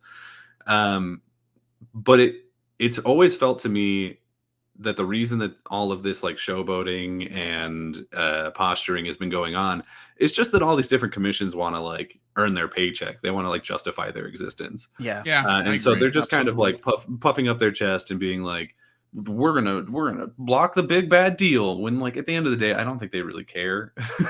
You know what I mean? Yeah. Yep. So I think that's all this has been. But it does make it look, especially the Japanese side of things, it does make it look that much more like Xbox is going to be able to make another acquisition after this if they so choose. Yeah, it certainly opened up the door for that region of the world where, listen, you know, after seeing what Tango Gameworks has done with Hi-Fi Rush, right? I know you folks might be sick of me talking about it, but I can't stop because it's so good. Ghostwire Tokyo, please play it. The first hour or two might be a little daunting, and sometimes it felt a little overwhelming. But when you get your powers rolling, holy moly, it's so good. So with that said, we have information, right, that they're working on a new exclusive JRPG, which they supposedly have been working on for a while. That's pretty dope. You know, they need representation in that region of the world. Xbox has just, come on, guys and gals, we know what they haven't done good there. And they're moving into a market that has exploded on the scene for the last 5 or 10 years, and that's the mobile aspect of gaming. It is monstrous in that region of the world.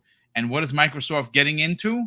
Mobile gaming, right? There's something to be said about a $4.99 Xbox Game Pass for mobile. I said that like a year ago, and I think that's going to come to fruition. But listen, we do have one last topic I want to get to, and obviously it involves Hi-Fi Rush, guys. We're not going to go into the particular of how it was rated and whatever, but what happened was the story from Jeff Grubb really took off, and he didn't want that. Like I said, I'm a big fan of Jeff. I don't think there's a malicious bone in his entire body, to be honest with you. But he reported on something, and he said it casually. We talked about it the other day. We're not going to specifically get into what he said, but I'm sure someone on the panel is going to make mention of it, and it's fine. The reality is that as soon as that story hit, everybody who was anyone, I'm not talking about the trolls. Yeah, the trolls. Their opinions are as useless as two tits on a bull. Sorry, that's what it is. They're just negative, and they find ways to hate on Xbox because that's what they do, right? But the rhetoric of Game Pass is killing the industry, Retri, came into fruition.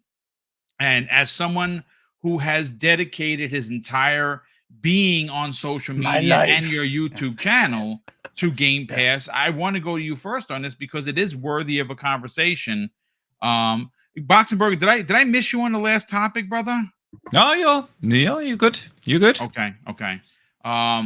So let's get your take on this. Game Pass is bad for gaming, because I was looking at some stuff here, and one of the things I found interesting is there was a story. True Achievements did a story. Try to say that quick 5 times. And they did a breakdown, Retri, based on 2.5 million active accounts for the first week for player count. And these were the biggest Xbox launches of 2023 so far, and most of them were Xbox Game Pass launches. Atomic Heart, Hogwarts Legacy, which was not, Minecraft Legends, Monster Hunter Rise, GoldenEye, Wulong, Fallen Destiny, and Hi-Fi Rush, in that order, 1 through 7.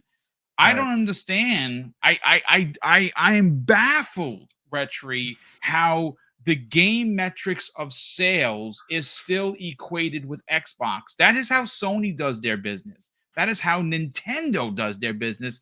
That is not how Xbox does their business anymore. They don't want the one-time sale. I don't know how many times we have to keep reiterating that. They want you per month. That is the model. That is what is working. That's why there's 1,000 subscription services, Retri. Yeah, I honestly, just to talk about the games themselves, I'm a little surprised. Atomic Heart was #1, to be honest with you. It did 36% better than they thought it was going to do. Yeah, according I to know. an article.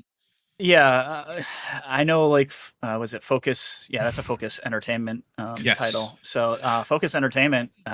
Just on a side note, I think is going to be killing it this year. They got a lot of great games coming out. FYI, just in Yeah, general. they do. Yeah. So, yeah. I mean, I started my channel because it's not just about Xbox. It's I believe in this business model. It excited me. I thought it was a really cool. I think Game Pass in general is just a cool service, and it's a good idea. And at the end of the day, it's good for consumers. It's consumer forward. It's consumer thinking. It's all about us saving money at the end of the day, because this has saved me astronomical amounts of money. I think people are kind of set in their old school ways and that's a hard thing to break. And I don't think it's going to be broken anytime soon when it comes to sales numbers. And people just can't get off the sales numbers thing because it's so easy. It's a very black and white answer. It's either it sold or it didn't, right? Where we know Microsoft is now, combining sales with user engagement and just getting everyone into the ecosystem. It's much more important for Xbox to do that, because once they get you in there, it's been proven, just like with Netflix subscribers, once you get in there, whether we increase the price or not, they keep those subscribers. They keep them, right? Because they show you. And how do they do that? Netflix does it by showing you the next thing that's coming, even if it's a year from now. And that's kind of what Game Pass should be doing, and I think that's what they are doing.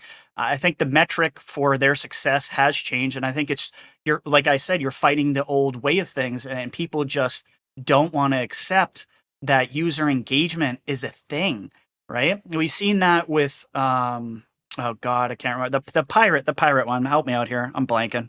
Sea of Thieves? Sea of Thieves. We've seen that with Sea of Thieves. And no matter how good people crap on Rare over and over again, and we're like, dude, they have their most successful game they've ever had. Like, and you know what I'm saying? Like, the metric for them was users. We're seeing crazy amounts of users with that game, with Forza. So yeah, the metric has changed, and I think the industry just has to get over the sales numbers, and I don't see it happening anytime soon. I think it's gonna, like I said, I think it's gonna take years. I mean, we got Atomic Heart here, Minecraft Legends, Monster Hunter, GoldenEye, everything's on Game Pass here outside of Hogwarts. And by the way, Hogwarts deserves to be up there because it's a fantastic game. But I think the rhetoric, it's going to take a while to change. Possibly, maybe, who knows? Maybe it changes when PlayStation does day and date, because we all know it only matters when PlayStation does it. Then it's okay. Then it's acceptable. But Xbox is just everywhere, man. So you have to go by user engagement. They're on every damn device. Yeah. So it's no longer about sales. It's about getting you in the ecosystem and selling you, their product, and selling you, outfits and whatnot for your characters. That's where the real money is, and that's been proven over and over again. It's just an easy thing on the internet to say, see, it sold less. No, it's false narrative that is out there. Boxenberger, I want to go to you next, because Focus Entertainment is the one that published Atomic Heart, right? And we learned, thanks to Pete Ovo 808 on Twitter, that it was reported by Focus Entertainment that their revenue increased by 36% due to the Atomic Heart launch, and it exceeded revenue expectations. Now, what's interesting, a couple of things here. One, it's only on Xbox and PC. Two, it's an Xbox Game Pass, but it still exceeded revenue by 36%. So guess what? People are still buying games that they come to Xbox. How is it crazy, that right? The media continues this gloom and doom. Everyone says a gloom and doom Sony stuff that we've been talking about, which is nonsense. how is the doom and gloom Game Pass? How is Game Pass killing the industry when I think it's safe to say I've personally saved hundreds, if not thousands, since 2017. And I can't wait to get my family involved because I have at least 3 or 4 people that I'm going to add to my plan so they don't have and say, hey, Game Pass is a good thing. It did viral marketing for us. It did this or that for us. Yeah. So why is it that we continuously see these stories where people come out and say, well, the Xbox or Game Pass is not good for the industry. It is super good for us consumers. We save, like you said, Boom, we save tons of money. So how is that a bad thing? How is that a bad thing? Then the other question you could raise is, how is diversification and Thank you. Yes. A bad thing, yeah? And also you could ask the question, how is or why do people see the possibility for developers to actually get discovered as a bad thing? There's no such thing as a bad thing when it comes to smaller developers having the actual chance to publish their games, to get their minute of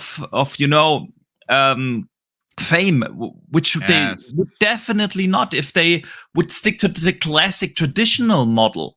Yeah, so there's really no real downside to this entire thing that is Game Pass.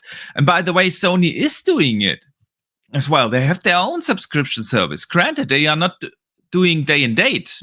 But as that's why I always say I don't think it's as good as Game Pass, but in itself, it's still a good service. Yeah, having access to more games is a good thing. So I don't know, Boom. There is just something about this narrative when you have these continued stories of Xbox, having certain issues, which they do. But these articles just gain clicks, and I think that's the main reason why we see those kind of stories continuously being written. Yeah, so it's unfortunate, man. Yeah, you would I get it, folks. It's clicks. It's a business. People got to pay their rent. You know, these sites they have to find a way to get you to click. But I'm looking forward to an industry or a day in so hopefully sooner than later, where instead of piling on the rabbit and being Xbox being bad is cool and everything Xbox does is bad. I hope that goes away because it is a bit tiresome, to be quite frank. Infinite absolutely. Umbrella, let's get your hot take on this, brother. This is, again, the numbers, folks, they're there for you to find and think for yourself.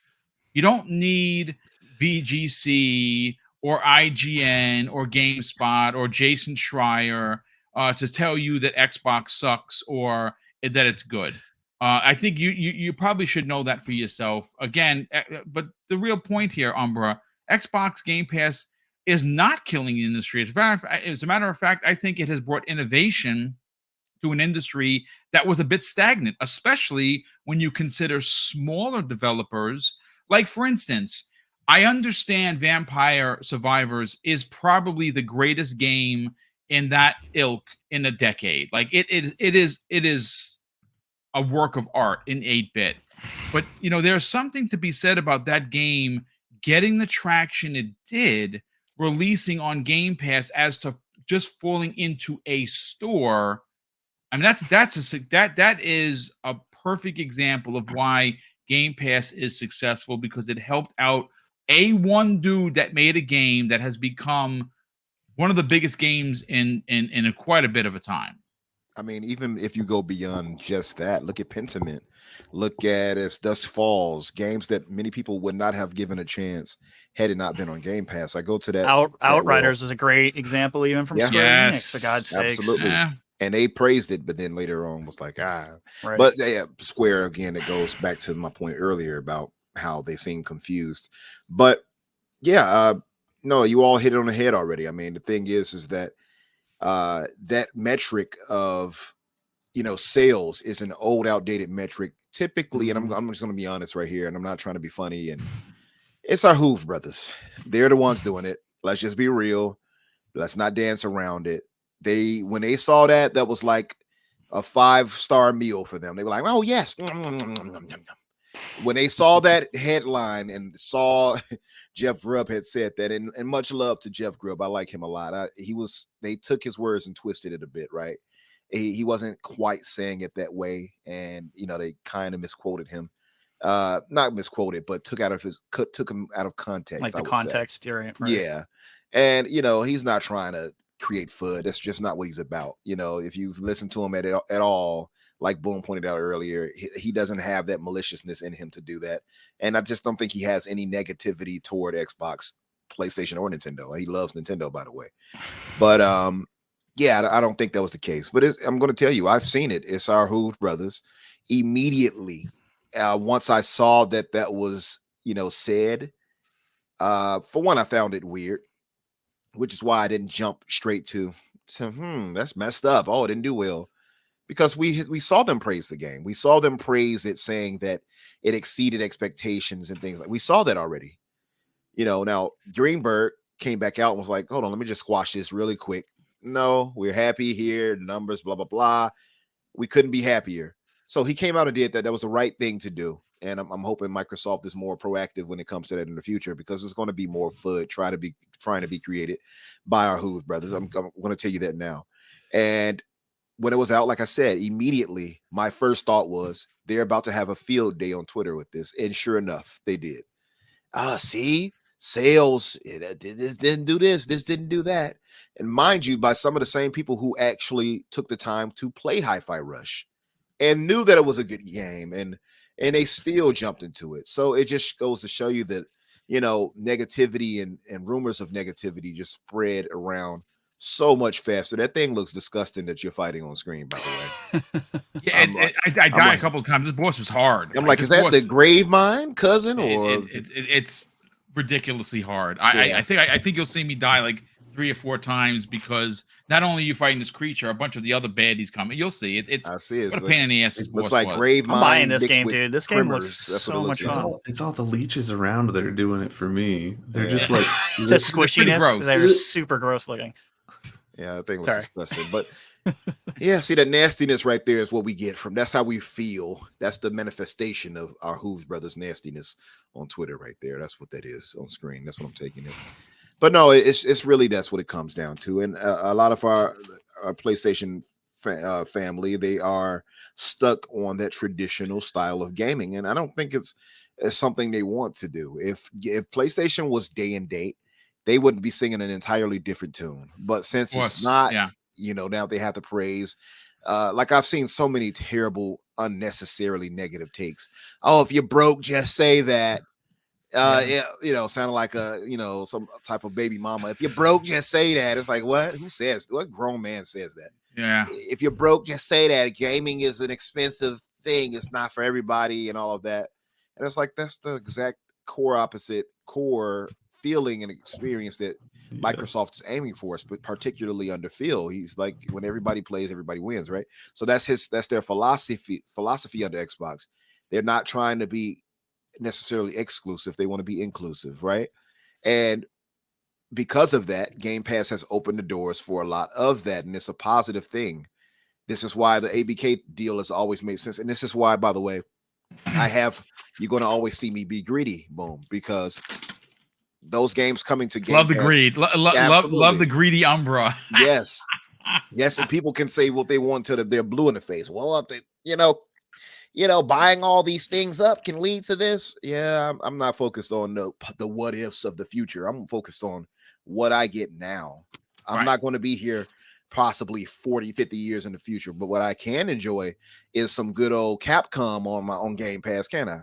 I can enjoy some good old WB I mean, games. Exo Mecha is coming, and again, that game may not hit for a lot of people, but it is launching into Xbox Game Pass day and I'm date. speaking even beyond that. I'm speaking it into existence that they're going to get. So you want Resident Evil as an exclusive? I want it. I want it just to be owned by Microsoft. Can you properly. imagine? Even if they keep it on third party. The next Dino Crisis platforms. and the next Onimusha, Xbox exclusive. I would love a new People are gonna be Onimusha. throwing up in their seats. It's gonna be. I Great. would love a new Onimusha, but just the fact that it would be multi-plat, they can keep it multi-plat, but I don't we care. get it here day and day. We get it here. No for 15 extra bucks. charge. That's fine with me.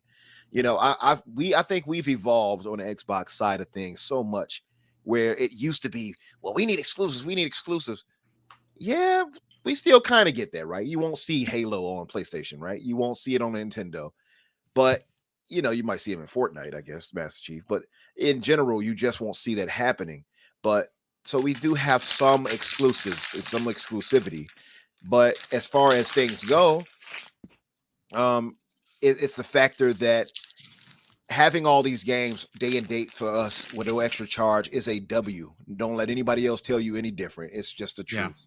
So, you know, I'm all for it. I think that, you know, like I said, his quote was taken out of place.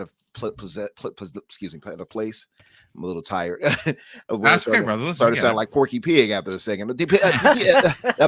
See, but yeah, I see. But yeah, you know, no, like I said, I think his quote was taken a bit out of place. And of course, like I said, with negativity like that, you have those on the other side who feast on that. So they jumped on it immediately and tried to make it something worse than what it was. It's not. And like I said, Aaron Greenberg came out. John Johannes has constantly come out praising people who've played the game and how happy they have been with the reception and sales of it. So I'll take their word over, you know, armchair, you know, analysts any day of the week, you know. So that's the way I look at it.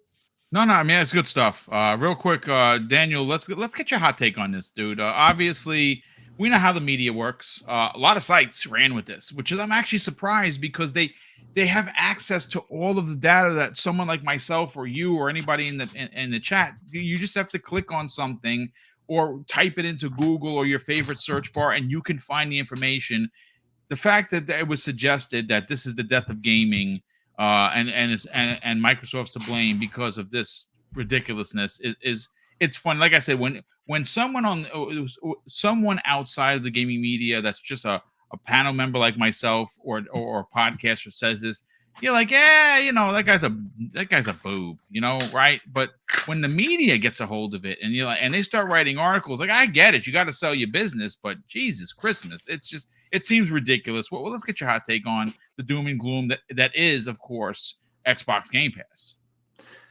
Yeah, I mean, so specifically to speak on the Jeff Grubb side of it, I think that I feel like he probably just like didn't say it the way that he meant it, because he is a smart guy. Like, I think he does know that's how it is. I think that that's the thing. I listened back to this actually. Sorry for jumping in. I listened back to this, and it was really just like a side comment. He wasn't even talking about this particular topic per se. It was a side comment, and people took it a little bit out of context. So yeah. So I'm sure Jeff Grubb, like you said, it doesn't even seem like he really meant this. Like, he was saying something unrelated, and that fits. Like, Jeff Grubb understands the industry well enough that he knows that. So yeah, I think it really is just a situation of other people online sort of like taking this one quote out of context and being like, see, this is what we've been saying, Game Pass is bad, it's the end times, baby, two of every animal. And it's wait a minute, are they getting on the arc? I know, two of every animal. Hopefully you ain't bringing these slugs. Xbox, but sorry, but it's this sort of ongoing thing where, you know, there's so many like podcasts and stuff, because I listen to podcasts from all sides of the insanity spectrum. Yep. And there's ones where they're like, oh, well, when they were talking about Game Pass, they were saying that it's sustainable, not profitable, which means it's losing super big time money. And then like a week later, they're like, actually, it's making a ton of money. Like it's making us money, it's making Sega money, it's making all these partners money. Like everyone's making money off of this. And it reminds me of the time, what was it, like 3-4 years ago, where people realized how much like Twitch streamers make, and they're like, this is impossible. How would you possibly make this much money off of subscriptions? This is nonsense. It doesn't make any sense. Free. Yeah, It's free for me to watch your that's a great point, Daniel. And it's like great point. It's like, yeah, and there's like millions and millions of people who are watching the show, and some of them are putting in, like the subscription, or people are buying the merch or whatever. Like, of course these Twitch streamers are making crazy money. Why else would they be doing it? Like, you think that these people are just like, yeah, it'd be fun today is I'm gonna go play a video game in front of a bunch of people and have like 30% of them just talk mad smack to me the whole time. Right? Yeah. Yep. Like, no. It's not like yeah, aspects of it are fun, but you're not gonna do that if it's not making you money. You know what I mean? Like yes, obviously, and this is something that I've always sort of not preached, but like championed, is like, we shouldn't care about like how much money Microsoft is making or how much money Sony is making, because we don't work. I agree. We should care about how much money we're saving, right? And so even if in some alternate version of this, Microsoft was somehow losing tons of money on Game Pass, why is that my problem? Like, right. I agree. I'm saving tons of money, and I work full time. I need to save some money. This is good for me. So yeah, you're going to hear me talk about how good this is for me. I don't care what Phil Spencer's bank account looks like. I love Phil Spencer, but his bank account is not my bank account. I wish it was. That'd be nice. I wish it was. So it's nonsense. It's just, oh, they're doing it differently than the way that the company that I like is doing it, and therefore this way is wrong. And it's like, no, there's no wrong answer. Hell, there might not be a right answer. It's just, we're just making things work. It's fine. Like, I don't get it. I don't understand all the FUD and anger about all the different ways that people come about their money.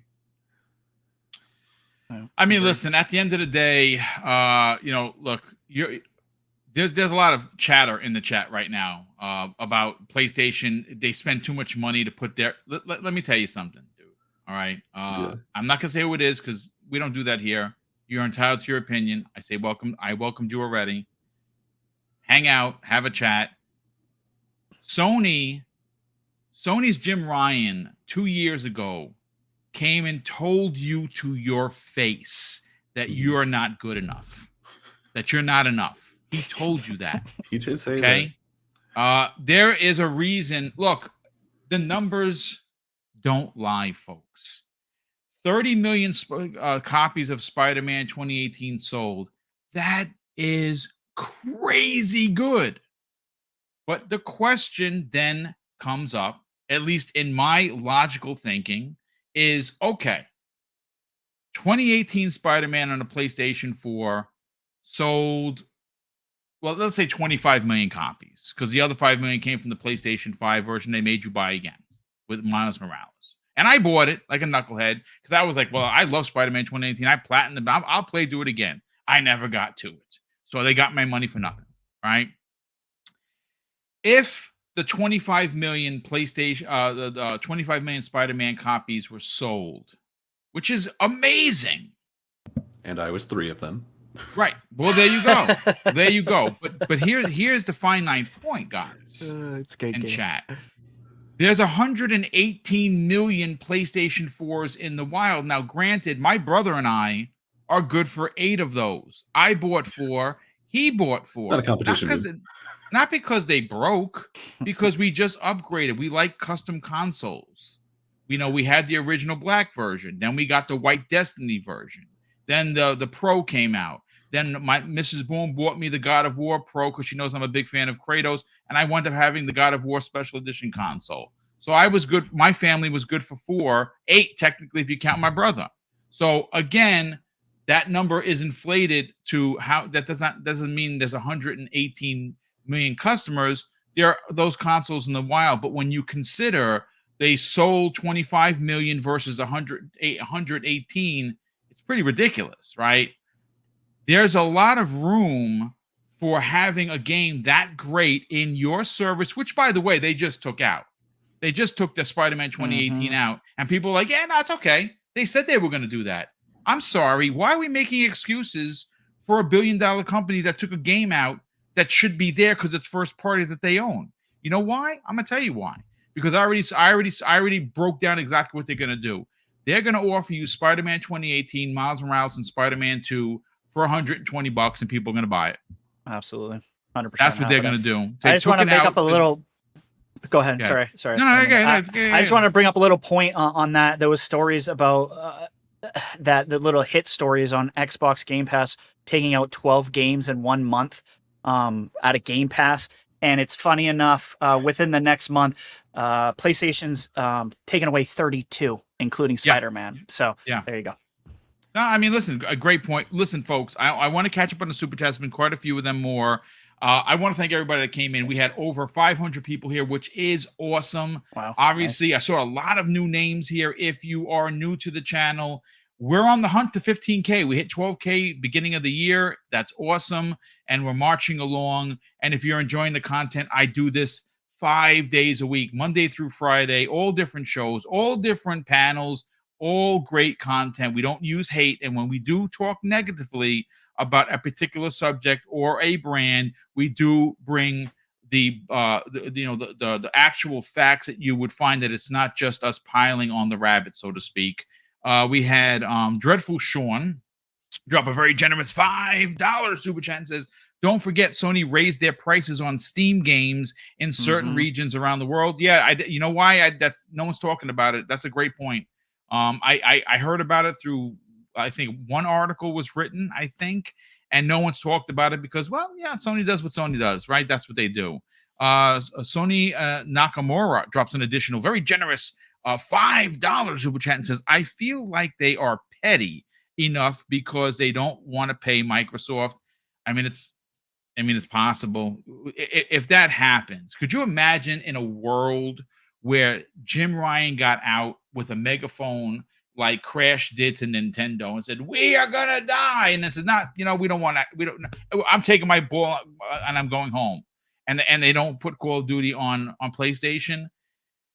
Wow. He'd be fired. And the investors would be like, what just happened? I don't understand what just happened. That'd be ridiculous. Gamer by Choice has been a very generous channel member for 2+ years. Drops a $2 super chat and says, how will ABK affect marketing deals in the future? I don't know, dude. It's going to be very interesting. There's going to be a lot of oversight that I don't think the gaming industry wanted.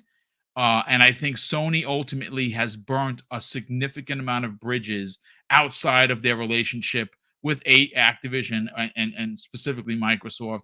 I think that like they're getting the side eye from a lot of big. I mean, this is behind the closed door stuff you'll never know about. But I guarantee you, like 2K and EA are like, man, what? Oh yeah, what are you doing? So they're like, pissed. why? There's no way they're happy about this. Yeah, they're. I mean, again, ramifications, folks. And I think Sony. I said this months ago. The scorched earth tactics of Sony were going to hurt them more than hurt everybody else. And we may ultimately see that. Pragmatic Eagle, generous friend of the program, who's been a channel member for holy matrimony 43 months. Thank you for the generosity, brother. He says more people will likely buy DLC for a game they like on Game Pass than people who will take a chance on a full price game. That is more money. Sometimes 1,000% correct on that. How many people bought the DLC for Hi-Fi Rush? I know you did. I definitely did. Oh yes. Yep. And did you have to? No, you beat the game like 17 times, but you still love the game so much that you're like, I'll invest in that. Absolutely will. Yep. You know just like Forza Hot Wheels. I barely play Forza, and I still bought it. Yeah. Yep. There you go. I'm a sucker. Roshan Impenger drops a very generous $2 super chat and says, Adobe, I believe he says, has made $4 billion. 13 pre-sub, post-sub in 21, and then I think he meant in 2015, 9 I think billion. I think he's saying the years, like how much more money they're making in sub, right? Yeah, everyone he brings up. I think he's trying to bring up a very valid point, and that everyone said Adobe was doomed because they went subscription service, and they basically set broke records year after year after year after year in their own subscriptions. So he brings up a good point. So thank you for the clarification, because I didn't get it. Adobe went to subscriptions in 2013. They made $4 billion, which was the pre-sub. Post-sub for Adobe in 2021 they made almost $16 billion, which is 4 times the amount. Subscriptions are the future, folks. That is a reality. Thank you for that, brother. Definitely appreciate the knowledge. Carl Andrews Jr., good friend of the program, drops a $2 super chat and says Game Pass is a game changer and you save big. Absolutely 1000%. But folks, again, the rest of the week, Double Barrel Gaming is going to have you covered. Of course, Boxenberger has his channel. He's going to be doing a show on Thursday. Daniel McGee and Infinite Umbra have their show on Thursday, The Fix.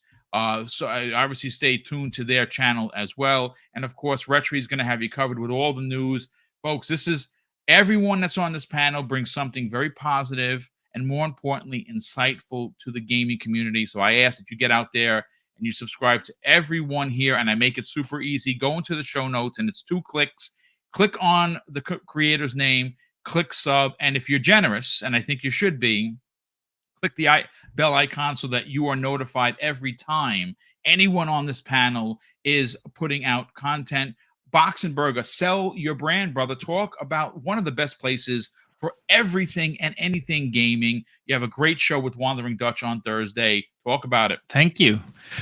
Yeah, people can find me under Boxenberger everywhere, not just here on YouTube, but on Twitter, Xbox, PlayStation. It's easy to find Boxenberger everywhere. And as you said, we have our own show, The World of Gaming, each and every Thursday at 2 p.m. Eastern or 7 p.m. UK time or 8 p.m. Central Europe. This week, we're going to start 1 hour later than usual because we have a special guest with Gas, and you know that Gas is the right person to discuss the outcome of the CMA, so we had to bring him on.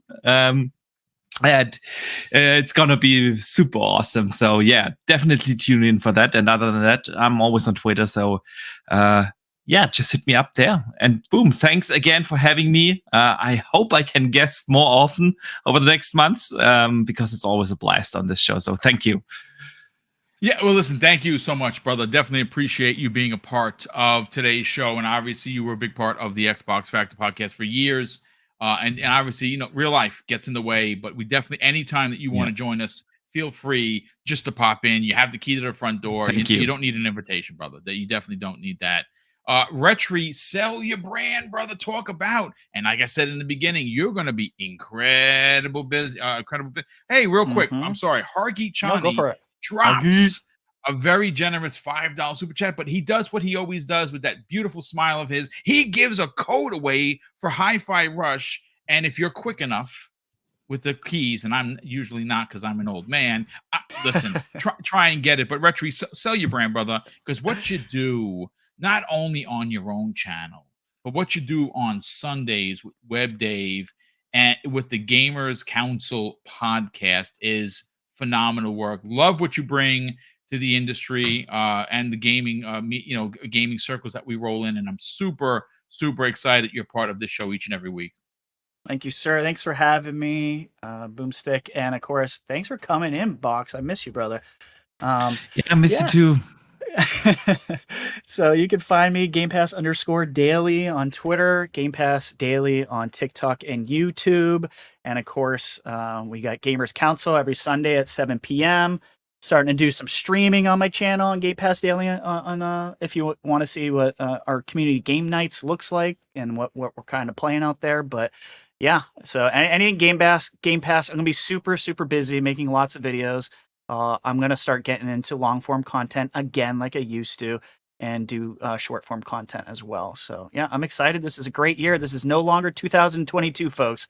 This is a different year, and it's going to be a good one. So I'm excited.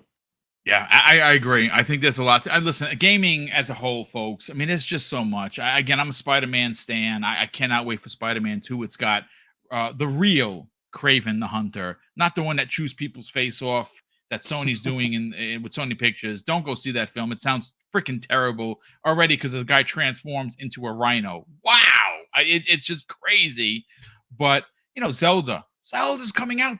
Whoa, I cannot wait to play that. And you know what? I'm going to spend half the time cooking because that's what I did in the original Breath of the Wild, and I beat it twice. I can't wait. And obviously, Xbox is just going to deliver just like crazy. Let's see. Infinite Umbra. You launched a very successful podcast called The Fix with Daniel McGee. Looking forward to episode 3, I think, if I'm correct in the order. Mm-hmm. Listen, hopefully you don't lose that Barry White voice of yours before your show, and then you take some Airborne. Airborne works, brother. Take that 3-4 times a day. You'll be better in 2 days. I try. Sell your brand, brother. Talk about where people subscribe. Let me test it out. Oh yeah. Oh good. Yeah. I still got it. It's still there. Yeah. First and foremost, thank you all in the chat for all the love. I mean, it's good to see such energy every time we come in here every week. It definitely keeps us all engaged and keeps me up because I work overnight. So when I get in here, that type of stuff, interacting with you all giving us feedback, that matters a lot. So much love to you all. Secondly, of course, to you, Boom. I don't know how you do this 5 times a week, brother. Yeah. I honestly, man. I'm on a 3rd episode now, and I'm already like, look, I'm about to let Danny take over the reins and take. You know what? Take a nap. I'll tell you something, folks. I'll tell you why. I'll tell you how I'm able to do it. When I was a police officer, obviously, if you don't know, I was a New York City police officer for 21 years. I wanted to do that job ever since I was playing with my GI Joes. Like for me, it was a dream come true. I went back to my community that I grew up in, and I was able to police it. I went back to the high school that I graduated as the youth officer. I worked in community affairs. I did undercover work. I did it all. I ran at 100 miles an hour when I was in uniform. And the goal was to help as many people as I can. Like, honestly, what you see here is what I was as a police officer in uniform. First of all, I had a mohawk much higher than this, and the bosses broke my balls. But I wanted to be different. I wanted to be the guy that was approachable. That's why I looked different. That's why I conducted myself in the manner that I conduct myself here. For that job, I ran to every gun run, folks. Every big job I ran to it. And if I got hurt, that's what you do. That's part of the job. No one wants to get hurt. I somehow took all of that 21 years of pedal to the metal. And when I retired because of my back, I had to learn how to drop it into neutral. It was very hard for me, Umbra. And then I found gaming. And now I have equated what I did as a police officer into gaming and being a content creator. And that's why I'm able to do it, because I loved being a police officer. And I can't do it anymore because I had a really bad back injury and I'm put together with a lot of screws and bolts like Frankenstein. But I can take what I learned there and I've equated it into gaming. Sorry for the long explanation, but that's how I'm able to do it. You're giving us more knowledge, as they would say. Get the passion. I laughed at Nick's because he said he pictured you as a Steven Seagal type. So I'm imagining you training, getting back in with like some 80s synth music in the background. I just need the ponytail. Yeah, I don't know if that's a compliment. Yeah, right. And I'm wondering now, do you run like Steven Seagal? You got that infamous run that he does with his hands. I don't think you want to see me run, but I'm a pretty big dude. I'm 6 feet, 210 pounds. So if I'm running at you, I'm definitely knocking you down. Oh man! But to be fair, did you turn into a rhino? No, I actually didn't. But again, just for context, I made over 400 arrests in my career. Oh man! And I loved what I did, folks. I really did. And do you know how many times I actually had to roll with people in that long of years? I can count on one hand, because my dad always taught me that if you start here, there's nowhere left to go, right? And the mantra of treat others how you want to be treated, and it doesn't cost anything to be nice. I literally took those two things, and it defined who I was as a human being during my 21 years as a police officer. Those two particular things that my dad taught me when I was a kid have stayed with me. That's why I close the show out with it every show. Absolutely, it matters. Speaking of that, it's an interesting topic because I've been working on thoughts for what I would close out the show with. I don't know if I need to do it, but seeing how you and Colt do it, I was like, I need to get me a little end catchphrase or something. I don't know. So I was like, I was going to do that in a world. I was going to do something like that where you could choose to be anything you want to be, choose to be kind to each other. I was going to do something like that. But yeah, man.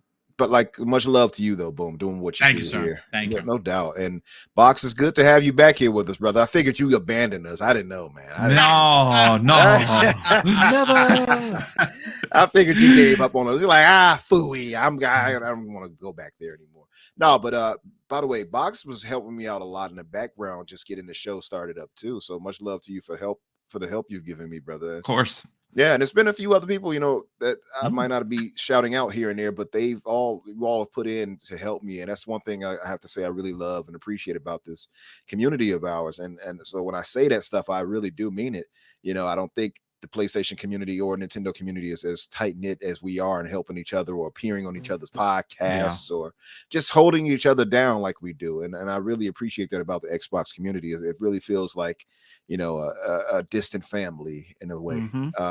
But if you all can find me, of course, on Twitter, Infinite Umber or Umber Infinite. I put my link in the chat for my channel.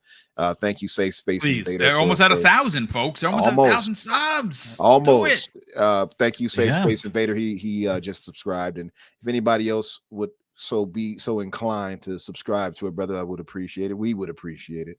Like Boom said, we're close to 1,000 already. I think we're at close to 800 or something like that. Wow, it's like 890. 890, so we're close to 900. Nice. So much love to you all who did subscribe already, and much love to you all who possibly will give me and Danny a chance. The fix will be on Thursdays. It is on Thursdays at 7:00 Central, but let me say it in Eastern time so you all don't get confused. It's 8:00 Eastern. Yeah. So yeah, but 7:00 for me and Danny, of course, here in Central time. So yeah, come by and we're gonna try to keep you entertained. It's not gonna be a super long show. Trying to keep it to an hour and a half at most. We so far have not been able to do so. we've gone to 2 hours every time. It's tough. But it's it especially has when been there's good topics, brother. It's hard. Literally, when I started my podcast, that was my idea to diversify myself. I wanted to do a 1 hour podcast, and look at us. We barely can make 3 hours. Yeah, 1 hour. Yeah, exactly. yeah. But much love to you all. Thank you all for anybody who does give us a chance. And man, much love to the panel here too. Much love to you guys. Always thank you, brother. Definitely appreciate you being a part of the show each and every week. And I will tell you, folks, if you have arachnophobia, this level is going to make you creep. It's going to creep you out because I saw the spider webs and I was already looking kind of concerned in my head. I'm not gonna lie. Spiders. It's just bonkers. But Daniel McGee, best main in the business. Sell your brand, brother. Talk about the fix, and more importantly, where people can check out some of the best long and short form content. And listen, you're rewriting the DCEU. James Gunn, look out, brother. Talk about it. Yeah, it's been a little while since I've uploaded a new video of that. It's we sort of took a break to do a bunch of stuff at work and sort of work on the podcast, but I've got a couple things coming out in the near future. I'm working on 3 videos right now. It's my the third episode of rewriting the DCEU, which is the introduction of Batman. It's called Batman Black Mask. Because Black Mask is one of my favorite underrated villains. Yep. Then I'm gonna do a video on how to save Halo, and then I'm gonna do actually the first one that's coming out is the Shazam Fury of the Gods review, which is a little bit late for the party, but I wanted to do it anyway. So Danny, I think I need to get in on that Halo one. I'm gonna get in. You'll probably disagree with everything I say. We'll be there arguing the topics like, nah, I disagree. We can talk about it on the fix. We have a venue for this, no doubt. And you can find that at 7:00 Central every Thursday night. Nice, brother. You can also find me on Twitter at Daniel J McGee, or on YouTube at just Daniel McGee. That's where you'll find all my video content. And yeah, I'm a little bit of everywhere. Listen, that's the best way to be. Diversification is huge, and obviously being able to be here, there, and everywhere is incredibly important. Ladies and gentlemen, thank you so much for hanging out with us for over 2 hours. Hopefully you enjoyed the conversation enough to subscribe to the channel, and more importantly, hit the like button on your way out. A super huge thank you to all the super chats. And we had one from Safe Space Invader, who drops a very generous $2 super chat and says, great show again. Boom. You guys killed it. Thank you for the compliment, but thank you so much for the generosity as always. And of course, I'm going to close the show something that you guys learned the origin of. And that's something that my dad taught us. It led me to be the human being that I turned out to be, because my father was so inspirational in my life. And he used to tell us all the time, Craig, treat others how you want to be treated, and it doesn't cost anything to be nice. You live by those rules, son. I can guarantee you're going to have an awesome day. So take care, everyone. We'll see you next week on the newest episode of the Xbox Factor Podcast.